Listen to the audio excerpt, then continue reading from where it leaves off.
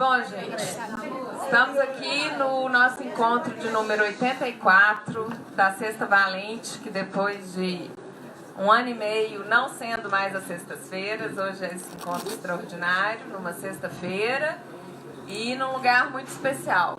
Os nossos anfitriões hoje são aqui da Casa Socialista, que é uma iniciativa da DS, uma corrente do Partido dos Trabalhadores. A casa foi inaugurada esse mês e já tem projetos incríveis em andamento, já tem cursinho popular, rodas de conversa, teve eventos de filiação, e a intenção é que essa agenda cresça, que essa casa seja realmente um ponto de referência na cidade, da militância, de construção política, de conversa, de atividades culturais. Então tem a programação da casa também ali fixada na parede, tem também nas redes sociais, tem no Facebook, tem no Instagram e tudo mais. Então queria agradecer muito ao pessoal da DS de Belo Horizonte pela iniciativa de ter a Casa Socialista e por nos acolher aqui hoje nessa edição extraordinária da Sexta Valente. Essa semana foi uma semana bem agitada, né? A gente começou no domingo aí, com as manifestações convocadas pelo presidente. Mas o domingo também teve um outro lado, que nem todo mundo soube.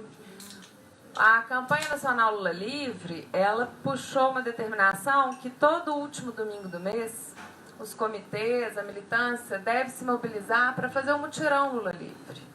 E aqui em Belo Horizonte a gente teve.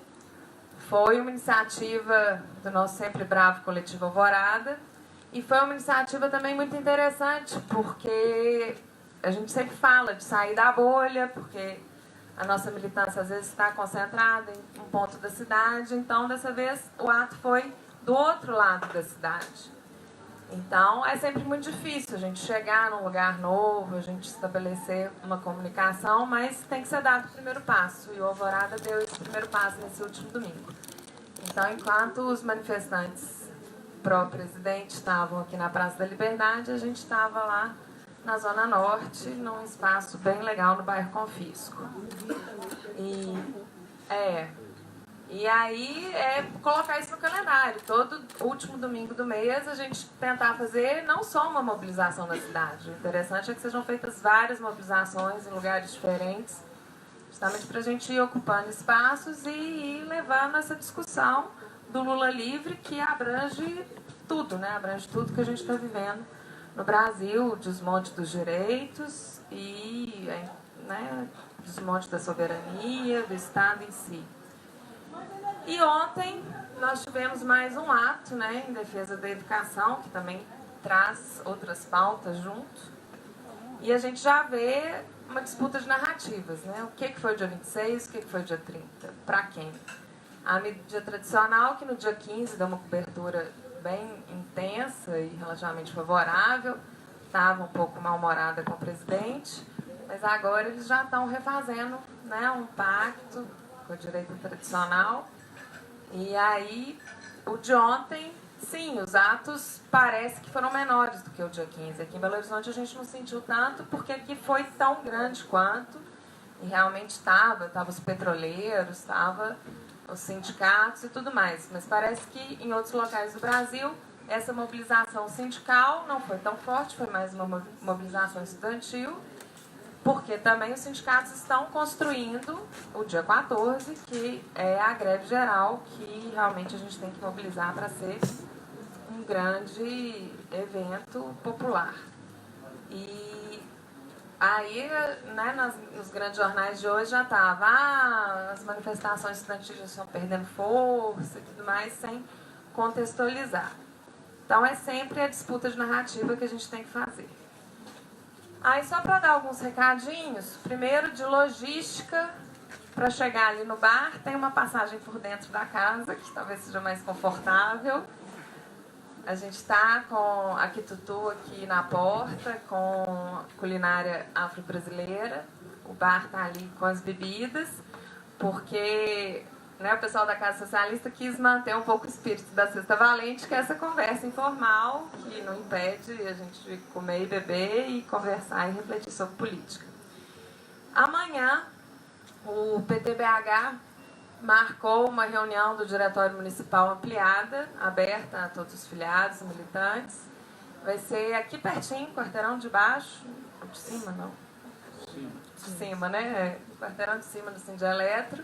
A partir das 9 da manhã, a gente vai ter uma apresentação do Walter Pomar também, mais falando de conjuntura, e do deputado federal Patrus Ananias.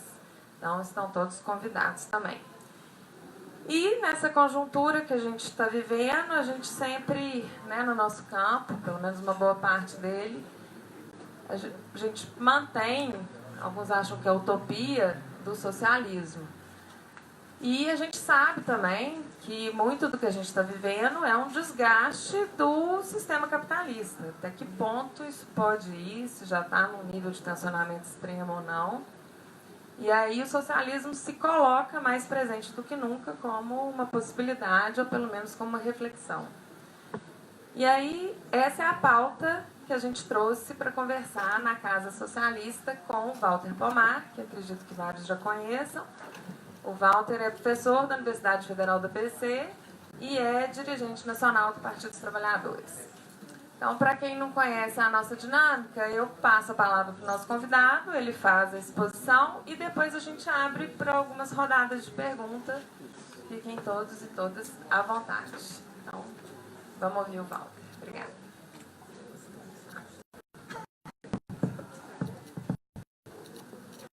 Pessoal, boa noite a todos.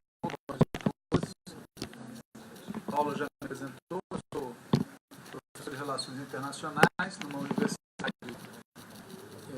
em São Paulo, mas exatamente em São Bernardo e Santo André, que é a Universidade Federal do ABC. Sou militante do Partido dos Trabalhadores,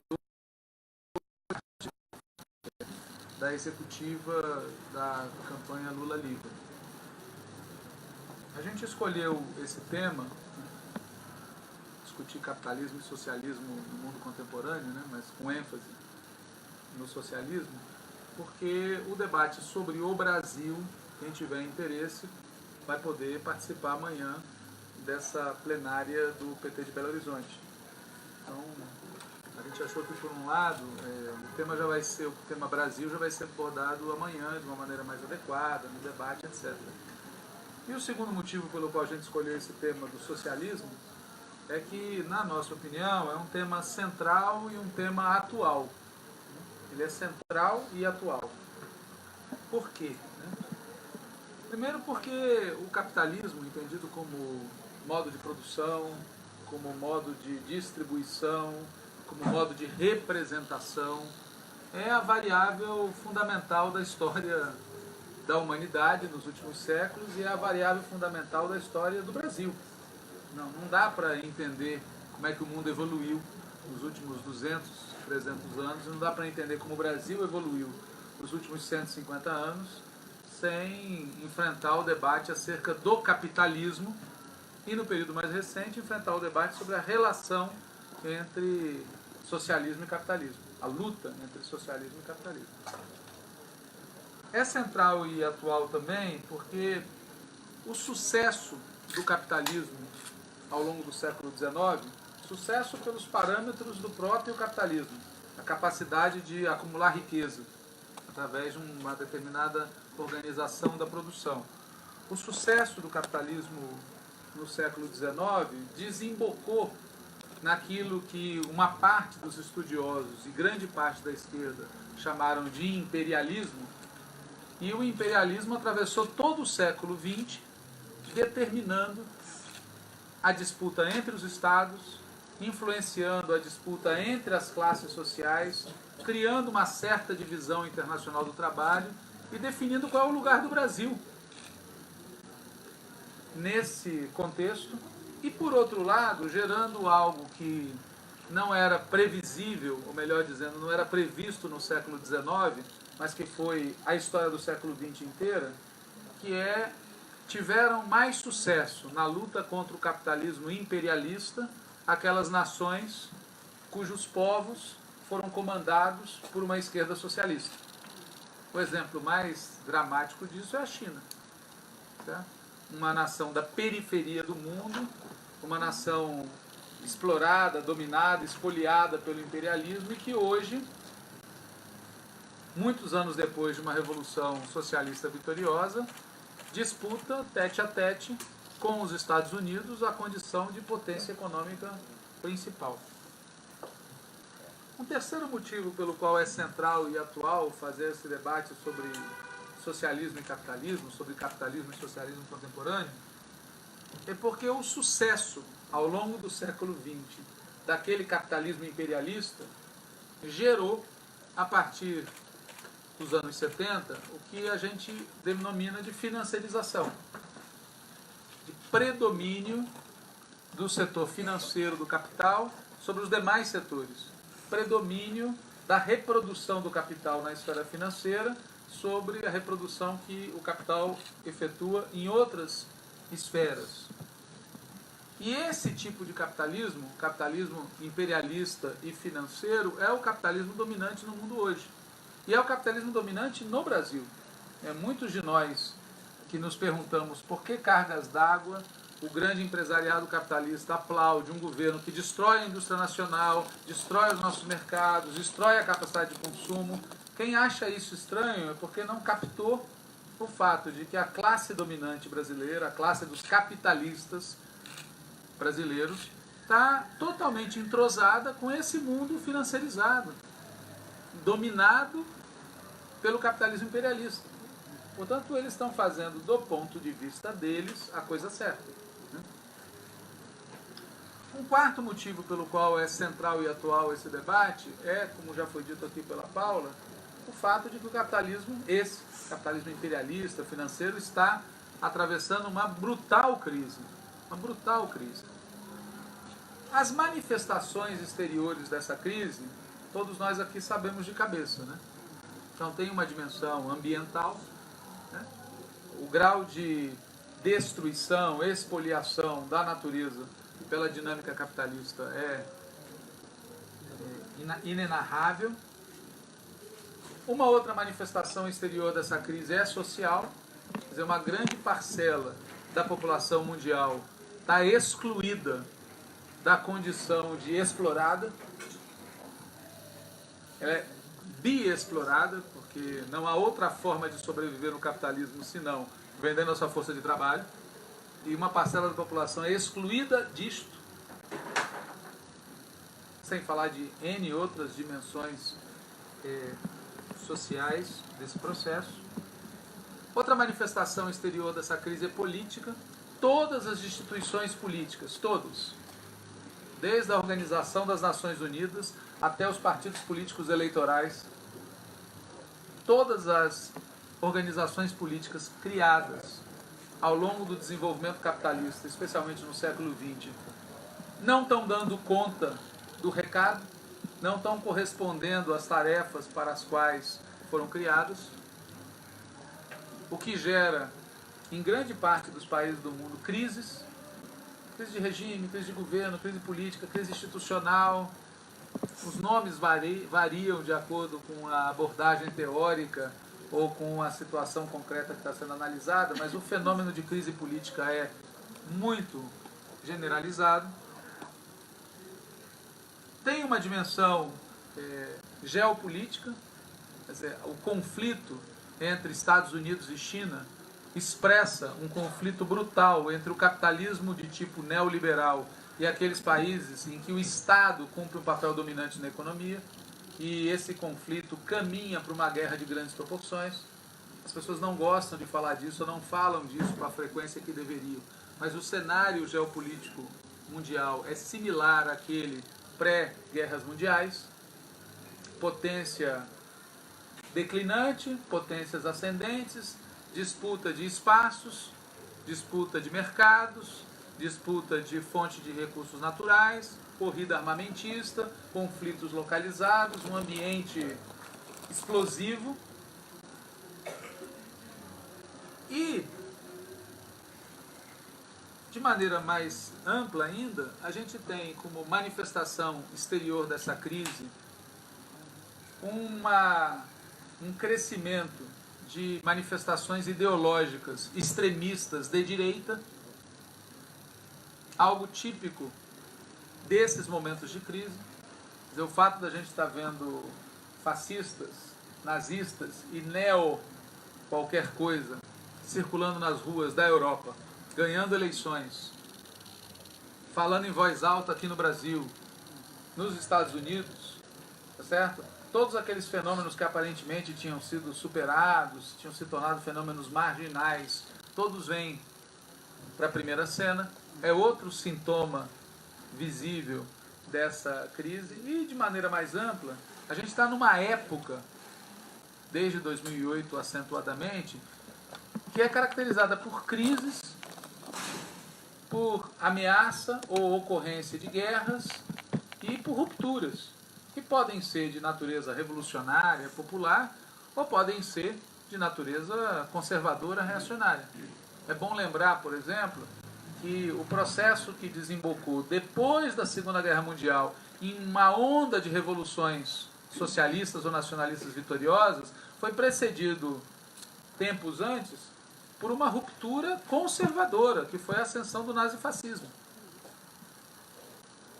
Então nós estamos vivendo um momento com essas características, que a gente pode fazer aqui a lista, né, de manifestações de crise no terreno ambiental, no terreno social, no terreno político, no terreno ideológico, no terreno geopolítico, todo um ambiente.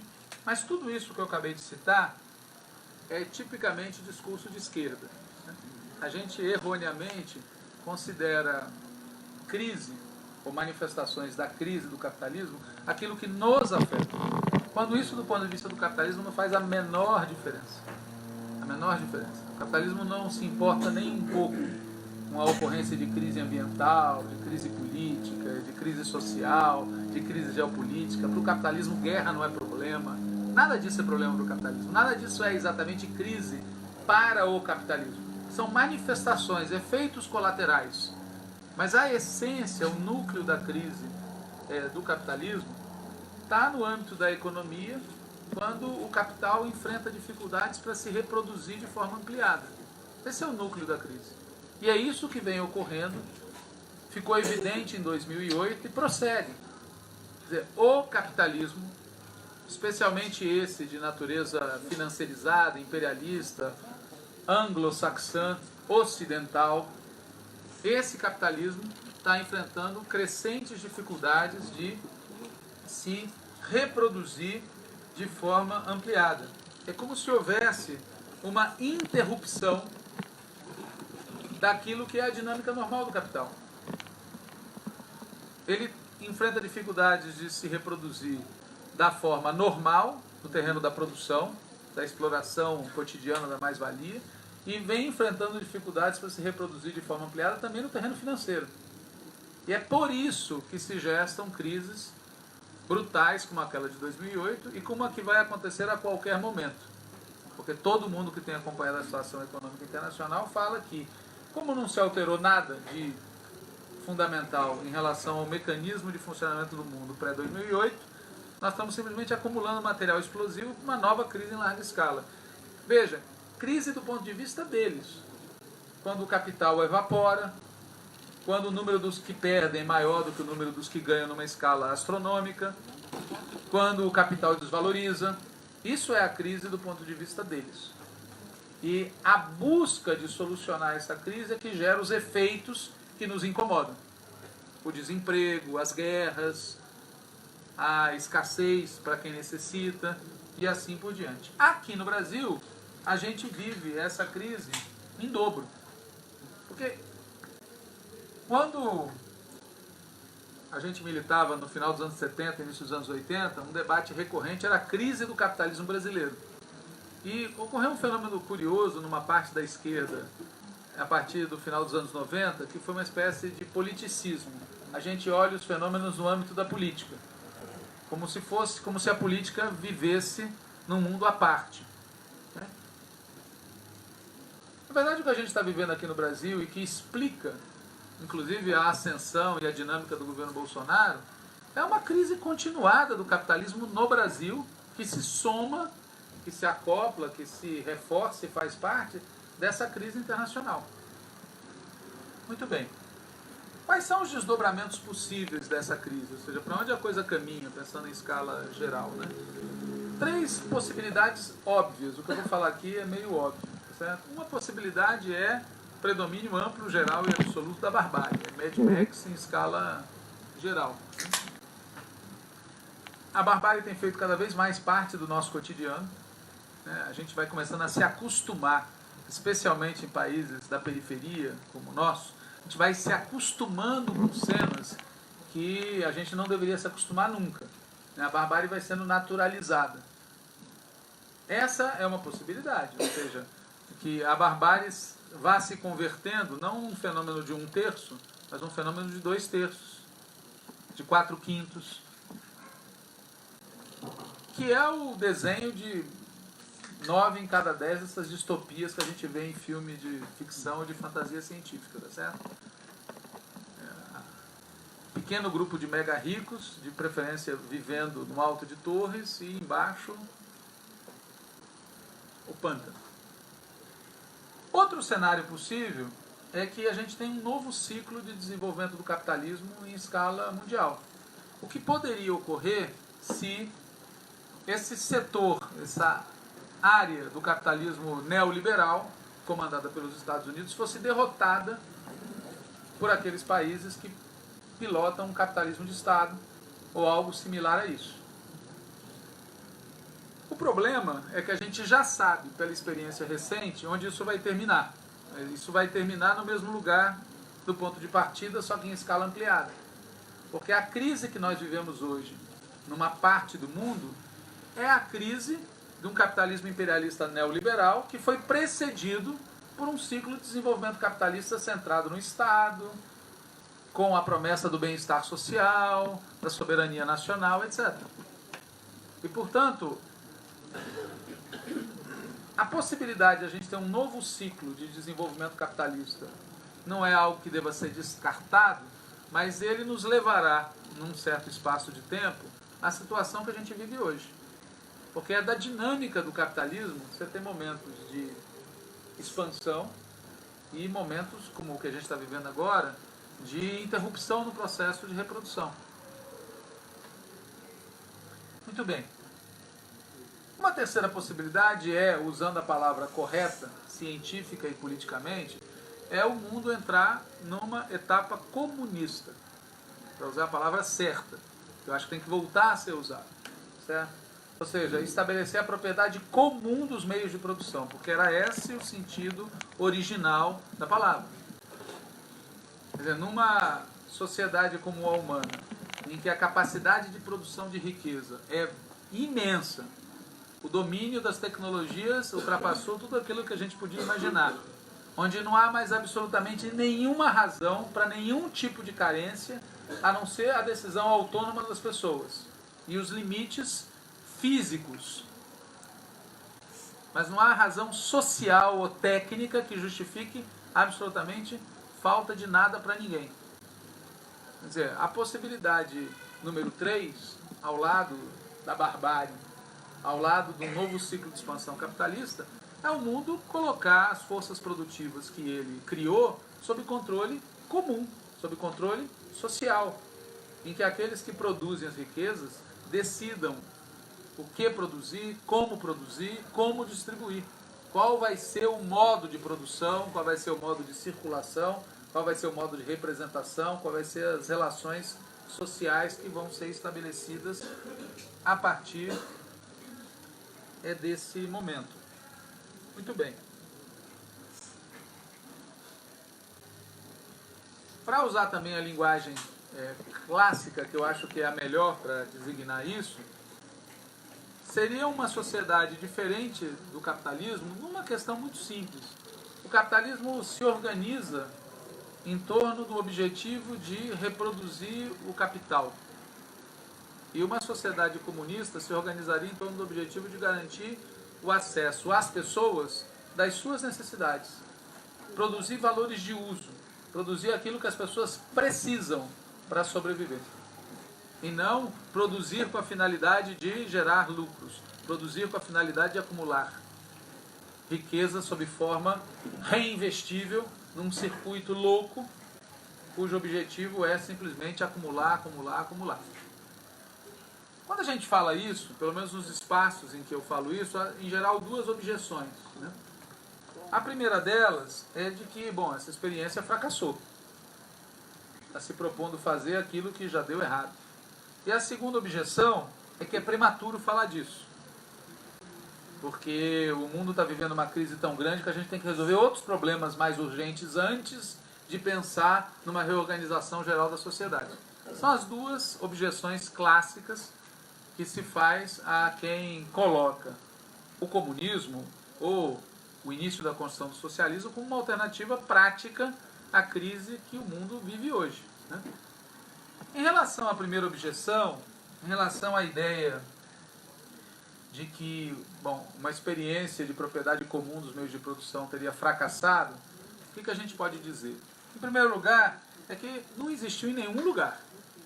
Ou seja, em nenhum lugar da história houve uma experiência de comunismo no sentido que a palavra quer dizer. Em nenhum lugar do nosso planeta, nos últimos 200 anos, a gente teve uma sociedade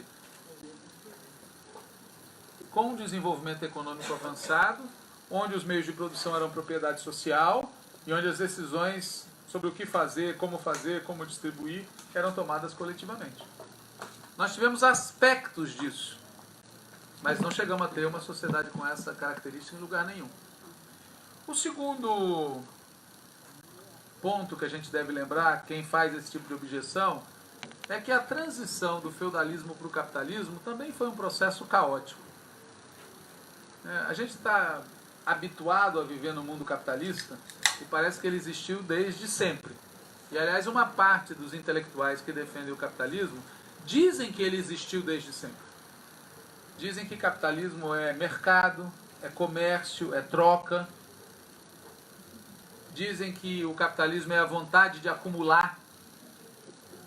E escapam daquilo que é o capitalismo historicamente falando, que é uma sociedade onde os proprietários de meios de produção empregam trabalho assalariado e se apropriam de uma parte da riqueza produzida por esses trabalhadores assalariados. Sociedade que existe em escala mundial, se tornou dominante durante o século XIX e que antes disso, durante séculos, lutou para se consolidar e que nessa luta muita coisa deu errado antes que essa sociedade se assentasse e seguisse seu curso. Portanto, as várias experiências que reivindicavam o comunismo, ou o socialismo, para usar um outro termo que às vezes se usa como sinônimo, como objetivo final, as várias sociedades que tentaram, ou buscaram, ou diziam que queriam esse objetivo, têm que ser comparadas com as experiências de transição do feudalismo para o capitalismo, que duraram séculos no passado, e muitas das quais fracassaram. E nem por isso o capitalismo não se estabeleceu e não vingou, depois de várias tentativas que deram com os burros na água. Um terceiro ponto que eu quero citar na resposta a essa objeção do fracasso é que absolutamente tudo que de positivo o mundo teve de 1789 para cá é devido à esquerda e à luta da classe trabalhadora e em grande parte à luta dos que defendem o socialismo. A democracia, os direitos sociais, os direitos das mulheres, os direitos dos negros, os direitos dos homossexuais. A esquerda tem sua digital em cada uma dessas conquistas, no âmbito político, econômico, ideológico. Assim como, com sinal trocado, a gente viveria sob uma sociedade nazi-fascista nas últimas décadas se não existisse a União Soviética. Porque não foram os Estados Unidos, nem os países capitalistas da Europa Ocidental que derrotaram o nazifascismo.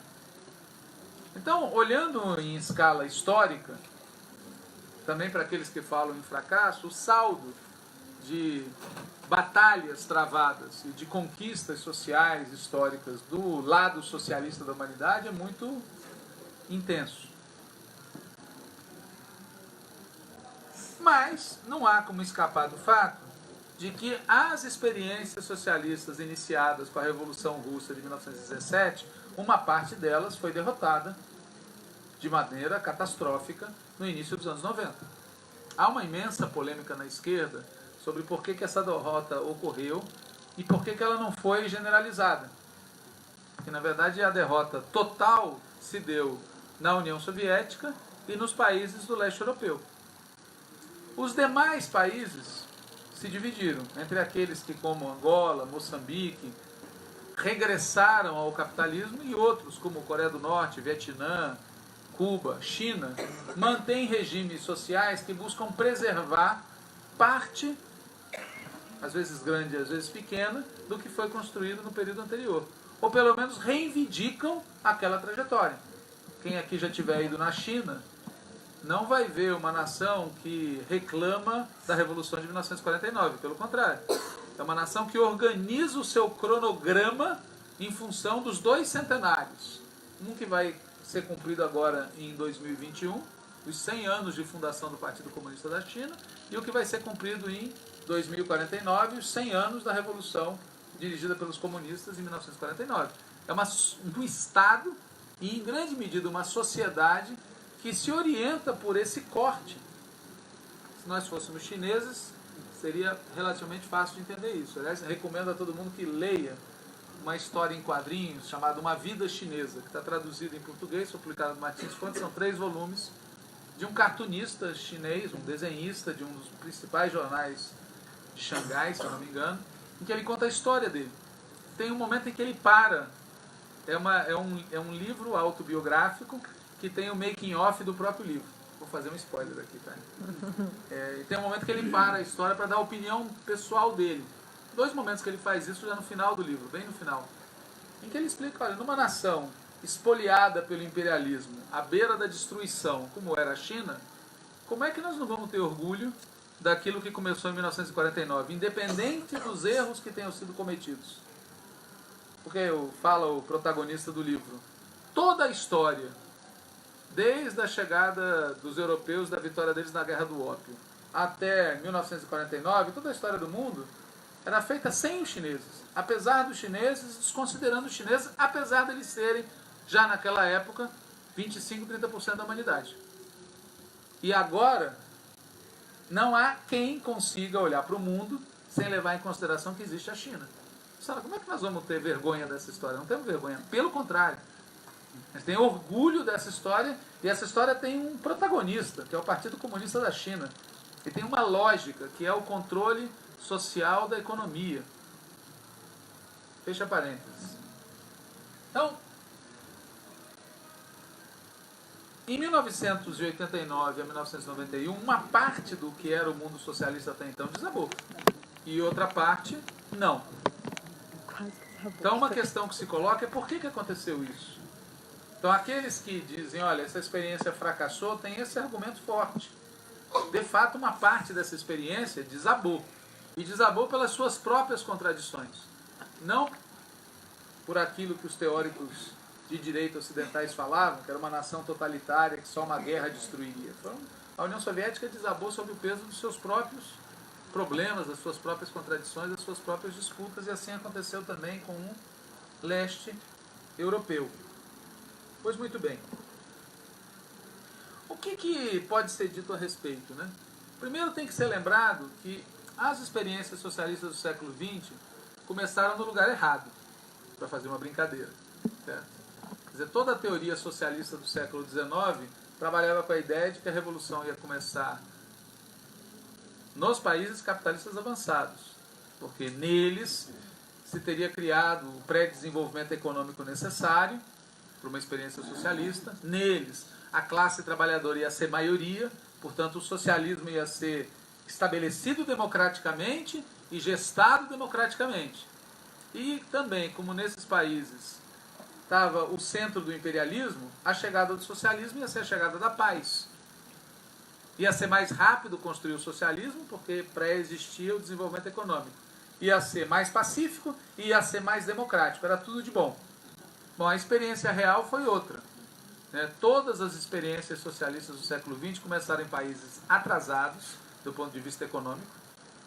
Estavam bem atrás daqueles que eram a vanguarda do desenvolvimento econômico, E em todos eles, a classe dos trabalhadores assalariados era a minoria. Portanto, os governos da classe trabalhadora não eram governos de maioria. Independente dos métodos que utilizassem, não eram governos de maioria. Em terceiro lugar, eram governos que foram cercados e submetidos à agressão militar o tempo todo. Pensando no caso da União Soviética, a Revolução Russa ocorre durante a Primeira Guerra Mundial, se segue uma guerra civil em que várias nações imperialistas mandaram tropas. Depois tem todo o processo que desemboca na Segunda Guerra Mundial e depois a Guerra Fria contra a principal potência capitalista.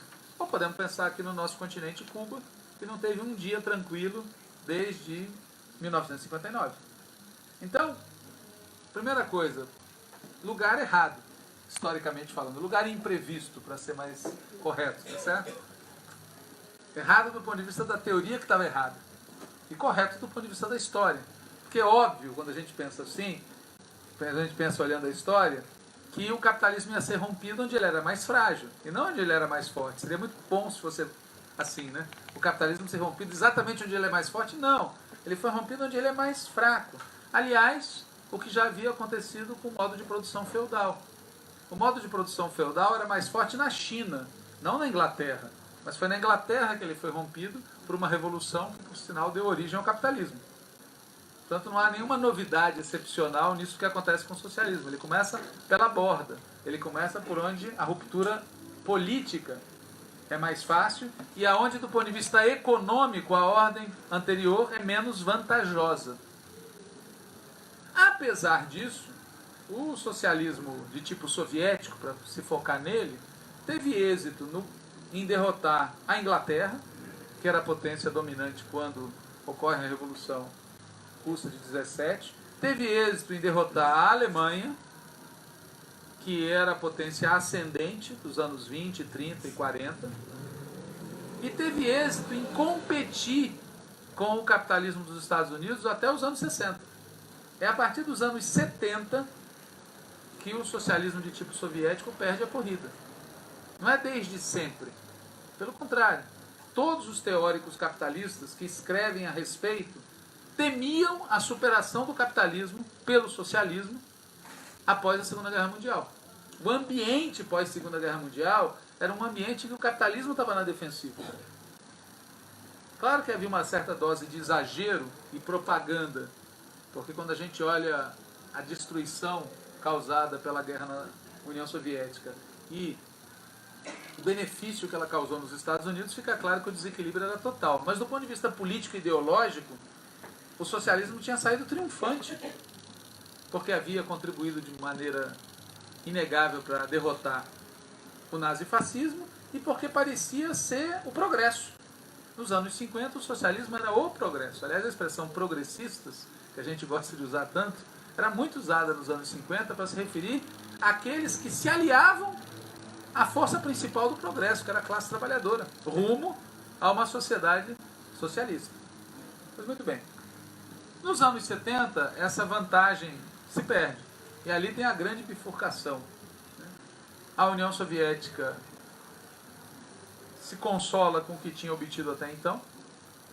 E quando se dá conta de que tinha ficado para trás, era tarde demais.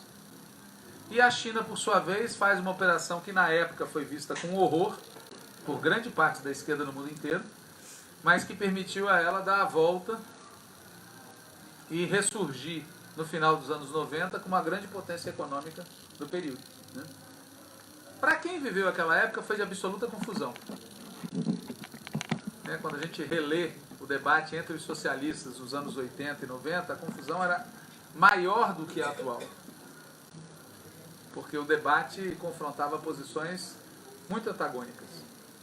Em 1990, por exemplo, ocorreu aqui no Brasil uma atividade, um seminário para fundar o seminário que posteriormente daria origem ao Foro de São Paulo. E nesse seminário, está disponível em vídeo, você via na mesma mesa representantes de partidos de esquerda saudando a grande vitória da classe trabalhadora, materializada no fim da União Soviética, e aqueles que lamentavam quase chorando o fim da União Soviética. Porque para uns era uma perda inestimável, para outros era a remoção de um obstáculo que impedia o avanço triunfante da Revolução Socialista. Bom, olhando de agora, a gente sabe duas coisas. A primeira, na minha opinião, aquele modelo de socialismo que existia na União Soviética não levaria ao comunismo. Ele ia ficar estagnado naquela situação. Mas, por outro lado, aquilo era muito melhor do que o que foi posto no seu lugar. Como sabe, qualquer cidadão russo com acesso à informação e que vê a sua vida e compara a sua vida com o que ela era ou com o que era a vida dos seus pais há 30, 40 anos atrás, em termos de acesso à educação, à cultura, à saúde, etc. Há relatos pungentes sobre isso na literatura, na imprensa e tudo mais. Muito bem. A China, por sua vez, criou um outro tipo de problema, porque ela, para dar o salto e sobreviver, ela incorporou uma série de aspectos do capitalismo. E fez isso dizendo o que estava fazendo e argumentando que a transição do capitalismo para o comunismo inclui, durante muito tempo, a sobrevivência do mercado de relações capitalistas de produção. E que a questão central, que era o desenvolvimento, não seria possível de fazer na velocidade necessária sem que se incorporassem esses traços do próprio capitalismo. Eles fizeram uma operação arriscadérrima, que continua arriscada. Quer dizer, existe luta de classes, existe muito conflito econômico-social na China, especialmente para quem está fora da China. É sempre uma contradição imensa, porque a China, por um lado, é um competidor dos Estados Unidos, é um fator positivo na cena geopolítica, mas, por outro lado, para aqueles países que recebem as empresas chinesas, muitas vezes não há nenhuma diferença entre uma empresa chinesa e uma empresa... Mas, olhando do ponto de vista dos chineses,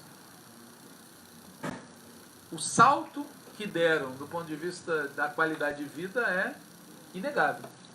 E é isso que explica a solidez do regime político existente na China. Não, como alguns gostam de falar, a opressão política, o controle policial, etc. É o fato de que as pessoas melhoraram de vida. Muito. Aumentou a desigualdade social e a vida melhorou. As duas coisas ao mesmo tempo. Como sabe quem foi a China e quem convive e se informa. Muito bem. Então, quando a gente olha a tese do fracasso, né, reivindicar o socialismo hoje é reivindicar uma experiência fracassada, nós estamos aqui num debate, não estamos num discurso político, tá certo? É um argumento que não deve ser jogado fora. Sob alguns aspectos, a experiência socialista do século XX fracassou, mas não é correto de conjunto. Porque sobre a maior parte dos aspectos, a experiência socialista do século XX pode ser reivindicada, mesmo onde ela tenha sido derrotada. Porque às vezes você é derrotado estando com razão, estando do lado certo, e é derrotado pelas contingências da força do adversário.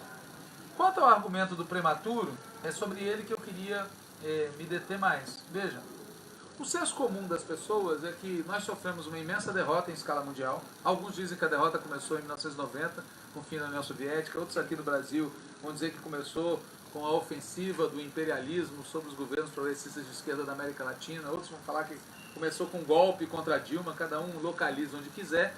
Mas existe numa parcela da esquerda latino-americana, brasileira e mundial a ideia de que nós estamos na defensiva.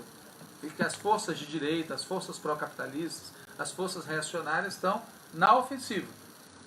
E em alguns lugares, não apenas estão na ofensiva, como provocaram um retrocesso brutal. No nosso caso aqui, por exemplo, a economia brasileira está voltando, como eu falei, para os patamares dos anos 20.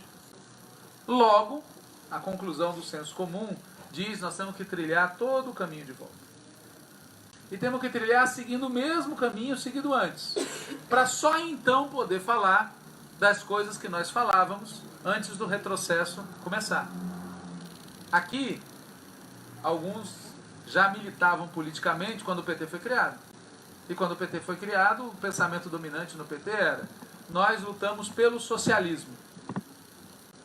Diferente da esquerda que nos precedeu, que lutava pelo desenvolvimento capitalista, soberania nacional e democracia, para depois lutar pelo socialismo, o PT lutava pelo socialismo.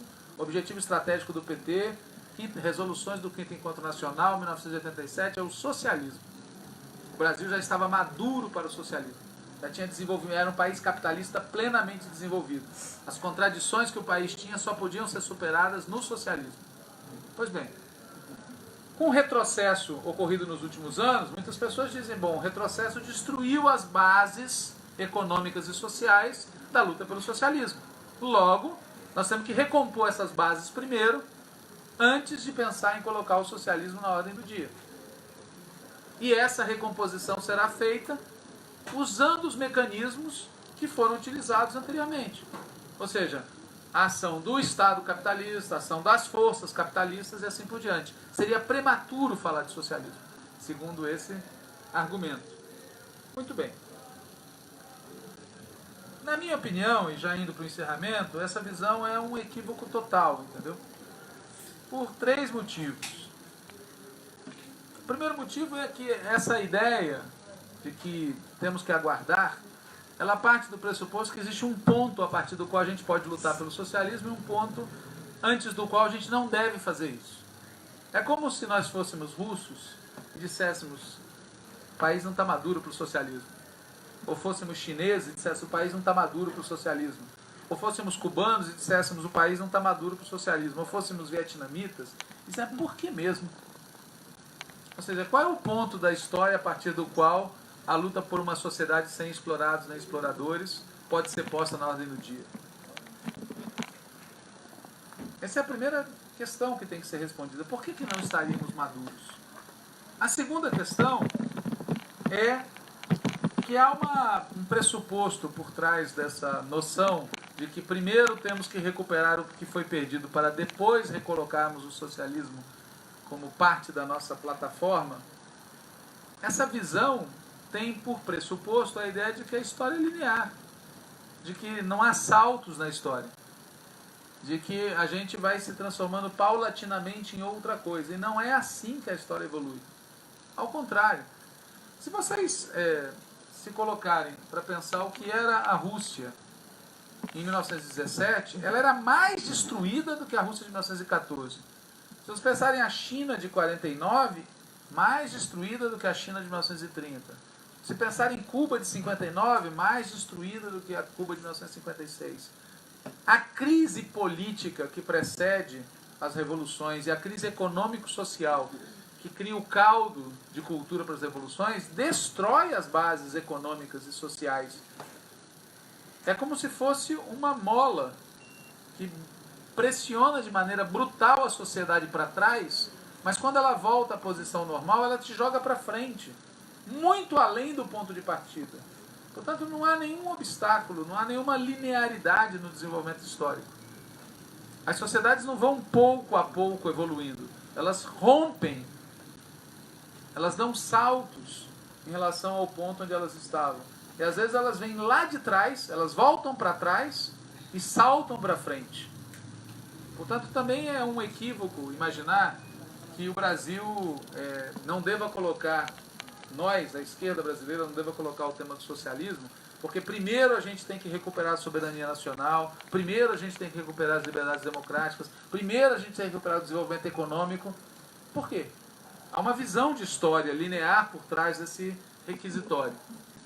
Mas o terceiro argumento, e o principal que eu queria colocar sobre a mesa, é que não tem solução real para os problemas brasileiros, os problemas que o Brasil vive hoje, os problemas que a classe trabalhadora do Brasil vive hoje, sem que nós coloquemos o socialismo como uma alternativa concreta.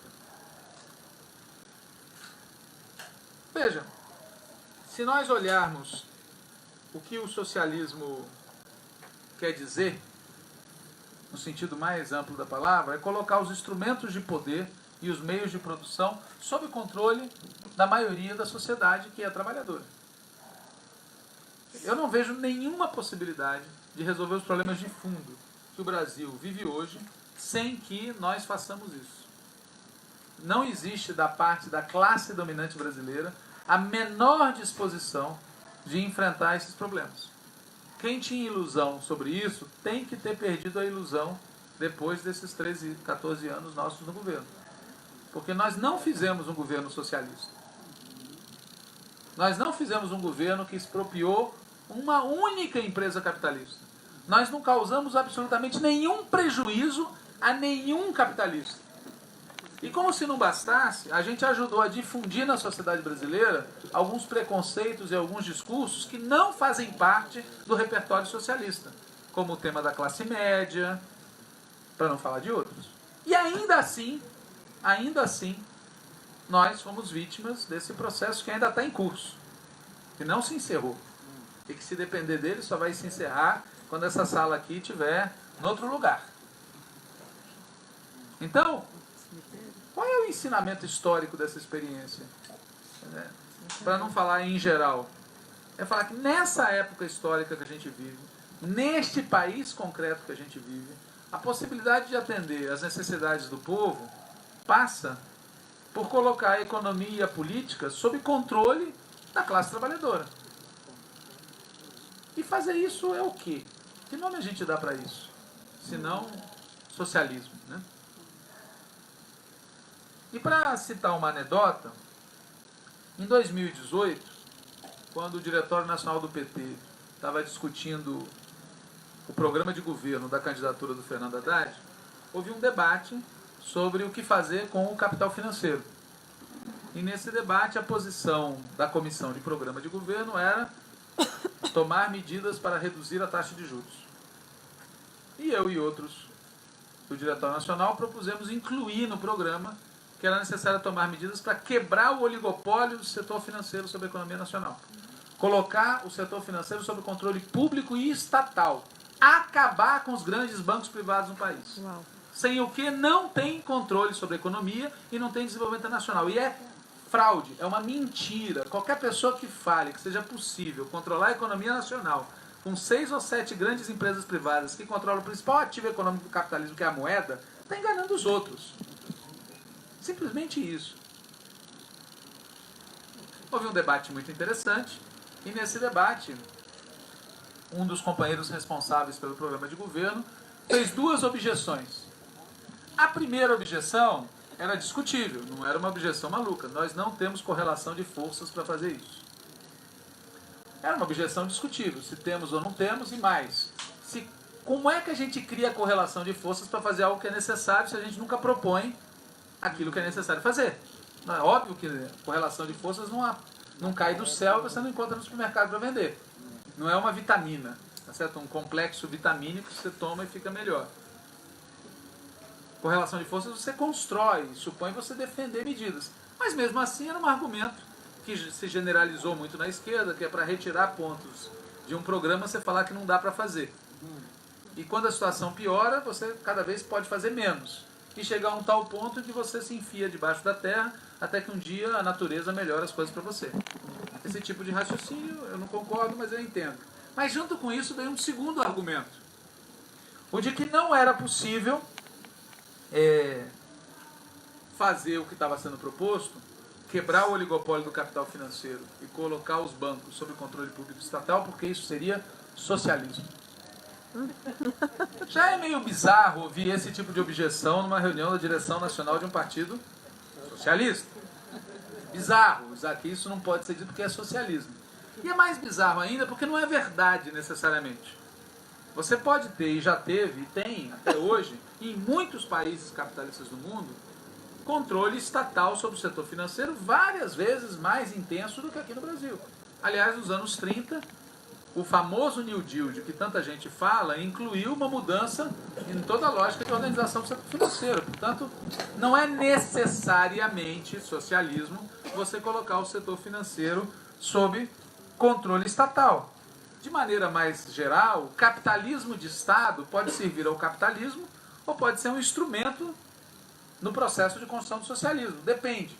Mas a bizarrice, no caso, estava em usar isso como argumento para desqualificar uma proposta. Num partido com a natureza do PT, a que ponto chegaram alguns de nós, tá certo? Pelo menos para os que aqui são petistas, nem todos são, certamente. De toda maneira, a proposta foi derrotada e no dia seguinte, um candidato de ultra-esquerda, hiper radical, uma das figuras mais radicais da política brasileira, um ex-governador do Ceará, declarou publicamente que a proposta dele envolvia tomar medidas radicais para quebrar o oligopólio do setor financeiro. Aí eu perguntei para o professor, qual de nós está equivocado? Se ele, se nós ou se ambos. Mas o fato é que não entrou esse tema no programa. Mas isso é revelador de uma incompreensão de fundo.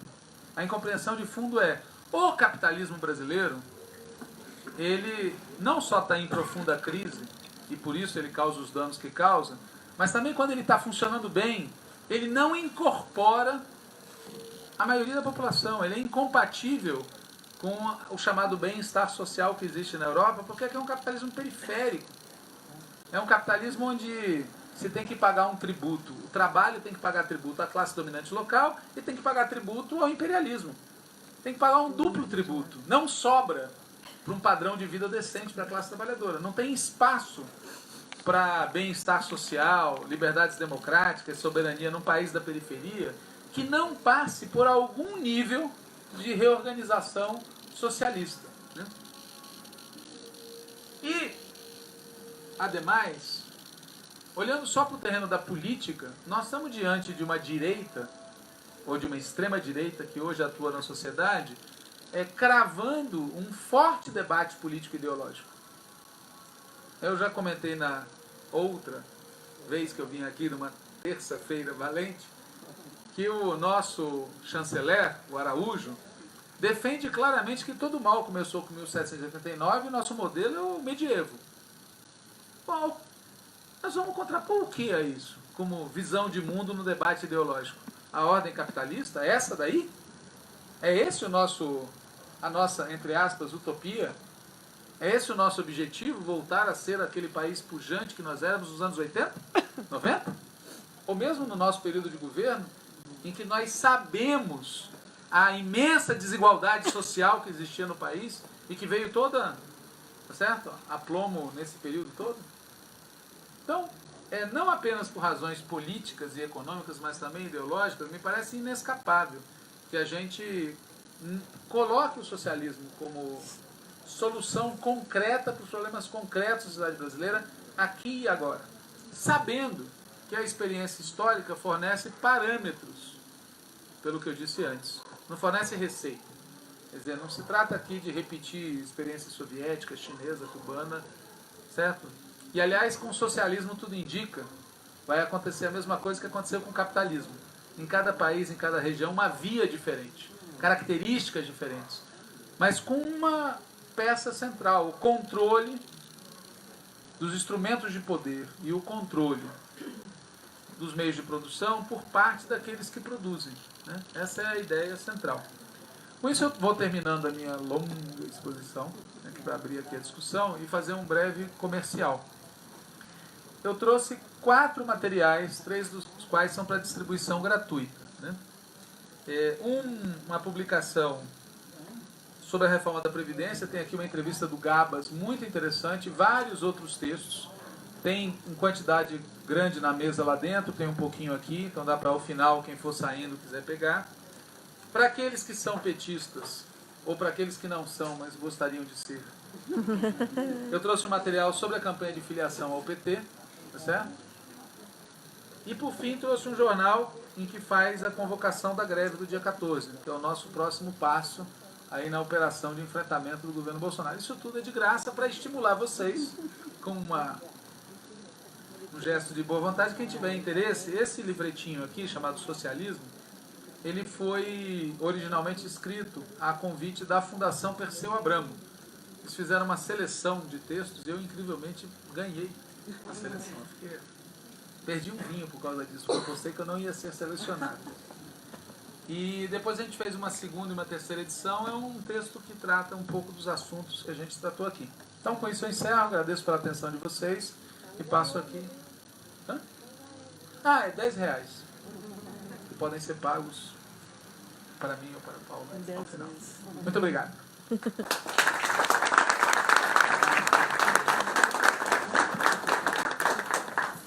Agora a gente tem um tempinho para debate. Quem se habilita? Você chega aqui um pouco para falar no microfone? Aqui? Não. Eu vou aqui.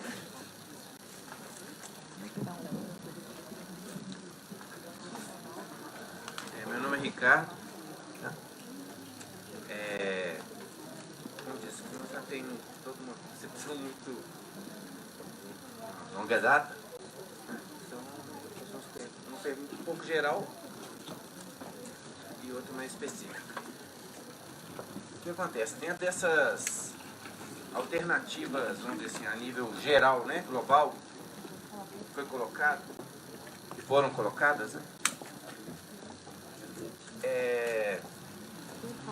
O que acontece? Foi colocado várias situações assim, geopolíticas e várias situações globais, mas eu achei que ficou faltando uma alternativa, que é o seguinte, porque se você for olhar lá atrás, Lenin falou assim, estamos vivendo um capitalismo de Estado em determinado momento. A mulher do Trotsky brigou com ele durante um tempo, falou, ó, Estado burocrático nada, tem capitalismo de Estado. E hoje quem olha para a China está vendo um tremendo capitalismo. Um capitalismo de Estado. Eu não consigo ver um Estado operário, qualquer coisa na China. Então, essa alternativa, eu queria ver se ela está aberta, se ela também pode ser enquadrada, que você vê se há essa perspectiva, essa possibilidade de um capitalismo de Estado avançar. E a outra é o seguinte, se o trabalhador gostasse tanto dessa democracia, ele não tinha feito a Revolução Russa, né? Criou Soviet, brigou, falou, pô, essa democracia não é suficiente para mim. Então, assim, será que hoje nós não estamos muito apegados nisso? Isso não foi um dos erros do último período? Esse apego, essa coisa agarrado nesse século XVIII, né, a XIX. Será que não, isso fica falando que isso vai levar em algum lugar, não é um dos problemas?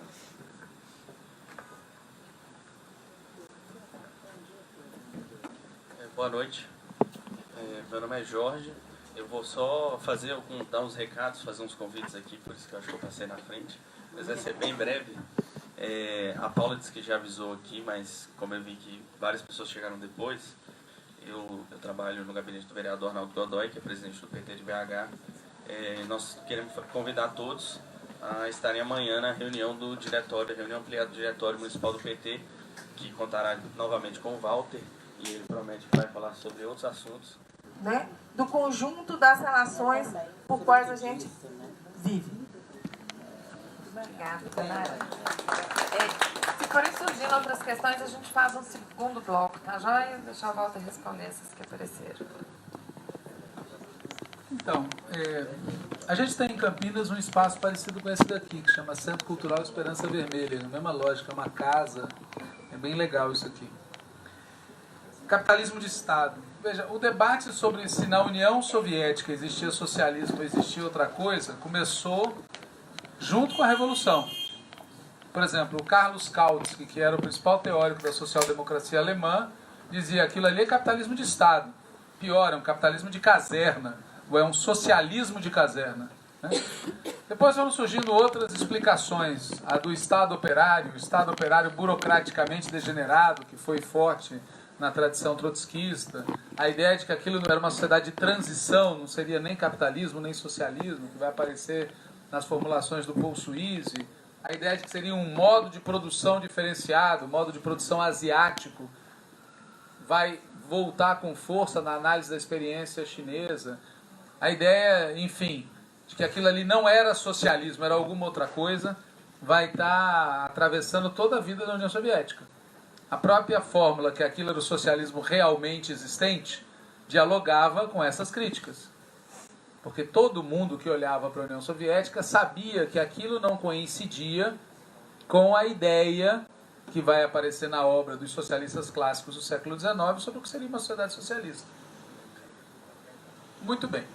De fato, nos anos 20, o Lenin, que era o principal dirigente da Revolução Russa, vai dizer que, dadas as condições de atraso econômico que existiam na Rússia, naquela situação o capitalismo de Estado era um avanço. Que o problema era o imperialismo e a pequena produção, que jogava para o atraso. e que o capitalismo de Estado seria uma alavanca que nos aproximaria do socialismo. É essa a fórmula dele. Ele não vê o capitalismo de Estado como um problema, como um atraso. Ele vê o capitalismo de Estado como a socialização possível do controle econômico em condições de atraso. Desse ponto de vista, o fato de você ter capitalismo de Estado na China não quer dizer, por si só, que aquilo seja ou não socialismo. É um argumento interessante para o debate, mas não resolve o problema. Porque a questão é, o capitalismo de Estado, por exemplo, no Brasil, existe capitalismo de Estado no Brasil, está a serviço da acumulação privada. Sobre isso ninguém tem dúvida. Na China está a serviço do quê? Essa é a questão que tem que ser respondida. A minha opinião, isso só vai ser respondido historicamente. Hoje, há uma brutal disputa na China sobre para onde vão os recursos produzidos pela massa de trabalhadores através das empresas estatais. Se vão para elevar o nível de vida do trabalhador médio, se vão para aumentar o desenvolvimento científico e tecnológico do conjunto do país, se vão para a acumulação privada de uma burguesia que já existe na China e que foi recriada no último período. E foi recriada conscientemente pelos dirigentes do Estado chinês a partir do final dos anos 70. Então é uma questão que está em aberto. Agora, essa é uma das possibilidades que eu coloquei. Eu lembro que eu coloquei 3 possibilidades. A primeira é a barbárie, que pode ser dita assim: a manutenção da hegemonia neoliberal é a barbárie. A segunda é, se o capitalismo de tipo neoliberal for derrotado por aqueles países onde o capitalismo de Estado prevalece. E isso abriria um novo ciclo de desenvolvimento. O que eu falei é que se isso ocorre, nós vamos voltar daqui a 30, 40, 50, 100 anos ao ponto de partida atual. Porque o capitalismo de Estado gera, no longo prazo, a acumulação financeira. Qual é o principal problema da China hoje? É a pressão desta burguesia formada na China pela liberação da conta de capitais, pela possibilidade de acumular no setor financeiro. Essa é a fonte da queda de braço social que tem na China agora. É a disputa entre o capitalismo de Estado e o capital financeiro que surgiu nos marcos do capitalismo de Estado. Portanto, uma vitória do capitalismo de Estado em escala global só reporia a mesma situação que a gente tem hoje daqui a X anos. Em relação ao tema da democracia, eu concordo com o que eu entendi que é a sua opinião. Veja, a democracia que a gente viveu no mundo sob capitalismo é uma democracia burguesa, é uma democracia limitada, é uma democracia atravessada pelo capitalismo. Isso é... Em alguns momentos, ela foi o que de mais avançado havia. Mas sempre foi atravessada pela ordem burguesa, e a burguesia sempre tentou limitar todos os institutos democráticos. Por isso eu mesmo não gosto de falar de democracia, eu preciso falar de liberdades democráticas. Para deixar claro que eu não sou a favor da democracia burguesa tal como ela existe. Eu quero liberdades democráticas para a maioria do povo. Porque democracia, no sentido que a gente dá a palavra, é incompatível com o capitalismo. É incompatível. Que democracia tem os desempregados, as pessoas que estão na miséria, as pessoas que têm que trabalhar 12, 13, 14 horas por dia? Tem democracia a mesma que eu tenho para mim? A mesma que eu tenho para o burguês? Isso é uma fraude. Embora a lei preveja... Alguém escreveu, e eu li em algum lugar, um escritor famoso escreveu que a democracia é a garantia que tanto o rico quanto o pobre, eles têm o direito de dormir embaixo da ponte. Certo? Entendeu? Direitos iguais, né? Perante a lei. Ok? Então, veja, eu concordo contigo. Qual é o nosso problema? O nosso problema é as condições em que o socialismo foi construído durante o século XX fizeram com que as liberdades democráticas nos países onde se tentava construir o socialismo fossem muito mais limitadas do que aquelas que nós gostaríamos. Eu acho que a gente tem que dizer isso. Não para atacar esses países, não para dizer que no capitalismo era melhor, para dizer que nós não queremos pouco, nós queremos muita liberdade democrática. Claro que isso supõe ou pressupõe que não haja forças militares, não haja estados imperialistas, haja um alto nível de desenvolvimento econômico. Esses são os pressupostos para que haja liberdades democráticas efetivas para todo mundo. Mas isso tem que ser posto sobre a mesa sempre como uma necessidade. No Brasil, na Europa Ocidental, grande parte da América Latina e dos Estados Unidos, uma parte grande da esquerda acreditou que as liberdades democráticas seriam o caminho através do qual se construiria uma sociedade socialista. Para pegar um exemplo trágico e heróico, qual é a frase do Salvador Allende em 1972 sobre por que ele defendia uma via democrática para o socialismo no Chile? A frase é, entre aspas, vou citar quase como ela está escrita, em grande parte do mundo, uma grande parte das pessoas quer o socialismo, mas não quer os danos causados pela guerra civil, fecha aspas. É claro, querem chegar ao socialismo, mas sem a revolução, porque a revolução, guerra civil, conflito, luta de classes agudas, isso é óbvio. Bom, a gente sabe o que aconteceu no Chile, né? Porque não basta um não querer a guerra civil, é preciso que os dois não queiram, né? E foi feita uma guerra civil contra o povo chileno para restabelecer a ordem. Então, de fato, nós temos que apostar na ampliação das liberdades democráticas. A gente quer uma sociedade democrática, a gente valoriza a democracia, só que ao mesmo tempo a gente sabe que o lado de lá não dá a mínima pelota para nada disso. E, portanto, qual é a conclusão que eu tiro? É que a revolução contra o capitalismo é uma manifestação democrática. Não é uma manifestação antidemocrática. É também uma manifestação democrática. Reivindicar o direito do povo, a rebelião, a revolta, a revolução contra o capitalismo é um ato democrático. Porque uma parte de nós, não nós que estamos aqui, uma parte da esquerda nos últimos anos, começou a achar que democracia é votar, é participar, mas revolução é uma coisa que não é muito democrática, porque ela é autoritária, tá certo? É um ato autoritário, é mesmo, é um ato autoritário, mas também é um ato democrático se for manifestação da vontade da maioria do povo. Por que não? Terceiro ponto, eu concordo com o espírito, mas não concordo com a afirmação feita. Eu concordo com o espírito do que você falou no seguinte sentido. As taxas, o nível de exploração que o capitalismo estabelece é inseparável da exploração das mulheres.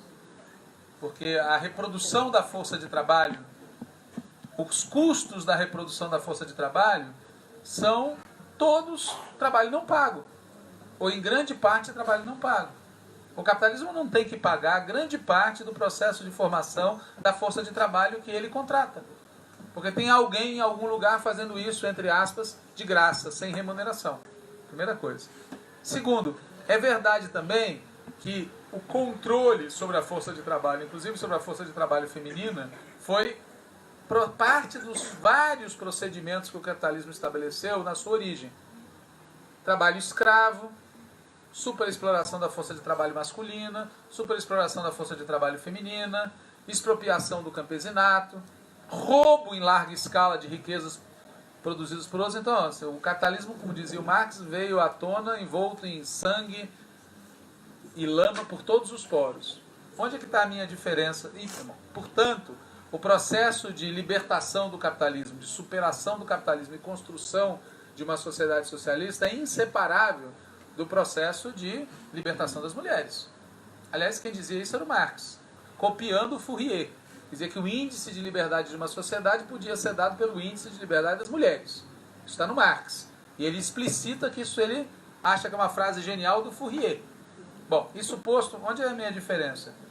É que quando você fala assim, foi imposto uma derrota às mulheres, passa a impressão de que no feudalismo que precedeu o capitalismo, entendeu? Só essa é a minha diferença. Quando, na verdade, houve uma mudança no modo de exploração. A situação das mulheres no feudalismo, ou na ordem escrava que antecedeu o feudalismo em vários lugares do mundo, não era nada a se comemorar perante o que o capitalismo tenha se convertido num passo atrás, uma derrota. É só uma questão sobre a forma de colocar, mas na essência eu estou de acordo com a ideia que foi posta. E estou principalmente de acordo com a noção de que tem que se colocar a palavra comunismo de volta em circulação, entendeu? Para os clássicos do marxismo, comunismo era a propriedade comum dos meios de produção e socialismo era a transição do capitalismo para o comunismo. Essa é a formulação clássica. E na origem, os termos eram esses porque os comunistas eram os mais radicais e os socialistas eram os mais moderados. Inclusive a expressão socialismo, a expressão social, surge com uma aplicação bem mais moderada do que aquela que a palavra comunismo vai assumir. É por isso que o manifesto comunista tem uma origem histórica muito clara, assim como também é por isso que o Marx odiava o termo social-democrata, que era de um partido francês que em 1848 era completamente bundão. Ele dizia não com essa palavra, mas com esse exato sentido, certo? Então a palavra comunismo tem que voltar, até porque ela é muito forte, porque ela dá a ideia exata que nós estamos diante da propriedade comum das coisas que são comuns. E o que é comum hoje? É o conjunto das riquezas materiais que a humanidade produz. Não é apenas aquilo que a natureza nos legou. É o conjunto. Não existe absolutamente ninguém hoje que sobreviva sozinho. Todo mundo sobrevive graças ao trabalho incontabilizável de todas as outras pessoas. Ou seja, o capitalismo só nos deu isso, na minha opinião, de positivo em relação ao passado. Ele criou uma sociedade onde todo mundo está vinculado a todo mundo. Só que ele mantém essa sociedade prisioneira dos interesses privados de uma minoria. Nós temos que libertar a sociedade desse controle e estabelecer o controle comum de todas as riquezas produzidas em comum. Acho que essa referência que você fez às máquinas é chave, evidentemente, porque a lógica do capitalismo é explorar a força de trabalho. A força de trabalho não é inerte, ela resiste. E por isso o capitalismo é obrigado a substituir força de trabalho por máquina o tempo todo. E esse processo ele pode ser escravizador ou pode ser libertador. Enquanto existir o capitalismo, ele vai ser escravizador. E esses filmes, Matrix e coisas do gênero que a gente assiste, são a expressão disso. Tá certo? A ideia da máquina controlando o ser humano. As revoltas, né, o Exterminador do Futuro, todos esses filmes de ficção, distopia, se baseiam nesse pressuposto, né? A máquina gerada pelo ser humano controla o ser humano, suga a energia do ser humano e tira do ser humano totalmente a sua individualidade, a sua autonomia, a sua soberania, a sua independência. Mas também pode ser libertador. Ou seja, nos libertar do trabalho brutal, do trabalho cotidiano, do trabalho maçante, do trabalho repetitivo e possibilitar um tempo livre para a gente exercer a nossa humanidade e não ficar desesperadamente tentando sobreviver. Então, a gente, na minha opinião, tem que ter uma relação com as máquinas que seja se apropriar delas, colocá-las a nosso serviço e não elas nos colocarem a serviço do capital, da produção de riqueza para uma... E por isso é que embora eu compreenda a crítica que você fez, e não estou em desacordo com ela, por isso é que eu acho que a gente deve insistir em colocar sobre a mesa os instrumentos de poder e os meios de produção no debate. Porque tem uma coisa que eu já achava isso, mas fui me reafirmando nessa ideia. Tem coisas que o lado de lá aceita discutir, mesmo que por hipocrisia. Tem coisas que o lado de lá não aceita discutir, essas são as centrais. Você veja, tem coisas que o lado de lá aceita. Ele aceita determinadas coisas, ele coloca na pauta, ele incorpora, ele diz que tudo bem. É hipócrita, não é universalizante, mas não é algo que atinge o âmago. Mas quando você fala controlar o poder e controlar os meios de produção, você fala, isso não pode. Isso é a linha vermelha que separa capitalismo de alguma outra coisa. Por isso que eu acho que a gente tem que enfatizar. Por isso eu acho que esses temas não podem fugir da nossa discussão e, ao contrário, eles têm que ser ressaltados. Né? E não apenas os meios de produção, mas os instrumentos de poder. Por exemplo, no nosso caso aqui, para pegar uma experiência concreta, para mim, muitas vezes a gente debate quais foram os erros cometidos pelos nossos governos. Tem gente que acha que o problema principal foi Henrique Meirelles do Banco Central, foi a taxa de juros, foi o peso do agronegócio, etc. Para mim, os problemas centrais estão no âmbito da política. Nós não tocamos em nenhum dos instrumentos de poder. Porque você pode ser mais ou menos radical na questão da economia. Mas se você não detém os instrumentos de poder, você não tem a chance de ser mais ou menos radical. Agora, se você detém os instrumentos de poder, você decide quanta concessão você faz para os adversários. E a verdade é que nós não tocamos na estrutura do Estado, não tocamos na estrutura do Poder Judiciário, não tocamos na estrutura das Forças Armadas, não tocamos na estrutura dos meios de comunicação, não tocamos na estrutura do sistema político e portanto, o lado de lá ficou com todos os instrumentos de poder disponíveis para, se e quando eles quisessem e achassem que era o caso, virar a mesa. Esse, para mim, é o tema-chave, do ponto de vista tático. Embora, do ponto de vista estratégico, controlar os meios de produção, controlar os meios de economia seja insubstituível como questão. Eu acho que eu falei o que tinha que falar. Alguém quer fazer mais uma consideração, João?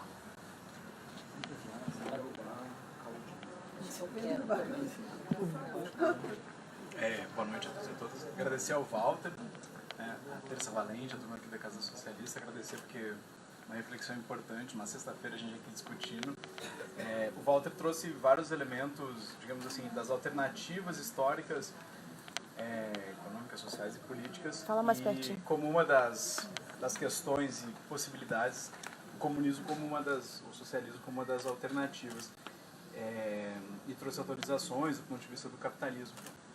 A minha pergunta, no sentido de pedir para falar, na verdade, não é uma pergunta, de pedir para falar sobre uma análise acerca das transformações, das correlações de trabalho e organização da classe trabalhadora. Uns 10 anos atrás, uma amiga estava fazendo doutorado em economia e ela veio me falar sobre a pulverização das relações de trabalho numa indústria têxtil, onde as mulheres passaram a ter o seu próprio CNPJ, a sua empresa, e assumir uma parte do processo produtivo. Eu, naquele momento, me assustei, pensei, nossa, esse é o futuro e tal. Hoje a gente é mais do que dado uma realidade cada vez mais crescente dessa terceirização e que reduz drasticamente a capacidade de organização da classe trabalhadora, né? Agora, recentemente eu vi uma pesquisa do pessoal da economia lá do Rio Grande do Sul falando que o Uber é o neofeudalismo, né? Ou seja, a gente hoje está num outro momento do ponto de vista da organização da classe trabalhadora, né? Então eu queria te pedir para falar sobre isso, né?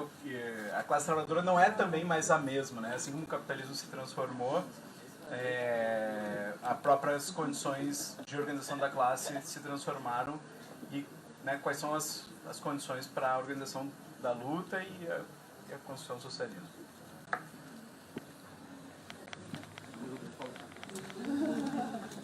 Bom, gente, boa noite. Meu nome é Ian, eu milito na Democracia Socialista e eu queria perguntar o seguinte, aproveitando a pergunta sobre...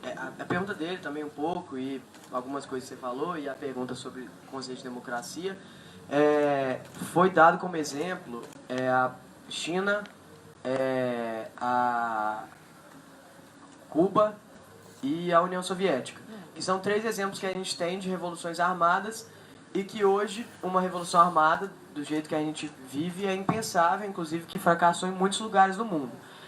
A gente também sabe que a democracia liberal, ela hoje em dia, ela permite ambivalências de que a própria democracia destrói a democracia, no sentido de que a gente vê na Hungria, na Turquia, nos Estados Unidos, presidentes eleitos democraticamente, mas que subvertem a democracia a fins fascistas e imperialistas.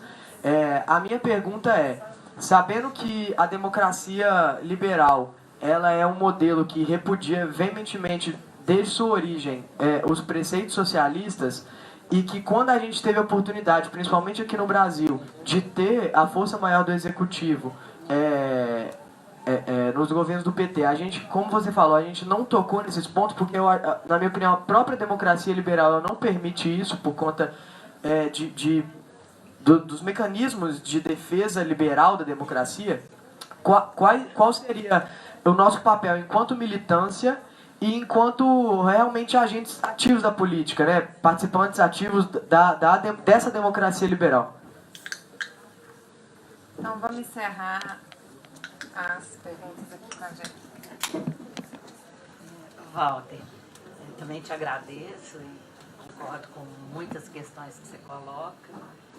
E acho fundamental esse apontamento, né, para o PT e para as esquerdas, a esquerda brasileira, e isso é fundamental, resgatar esse processo, resgatar a fala, resgatar o comunismo, resgatar o socialismo, Agora, isso faz parte do nosso apontamento, do nosso sonho, né?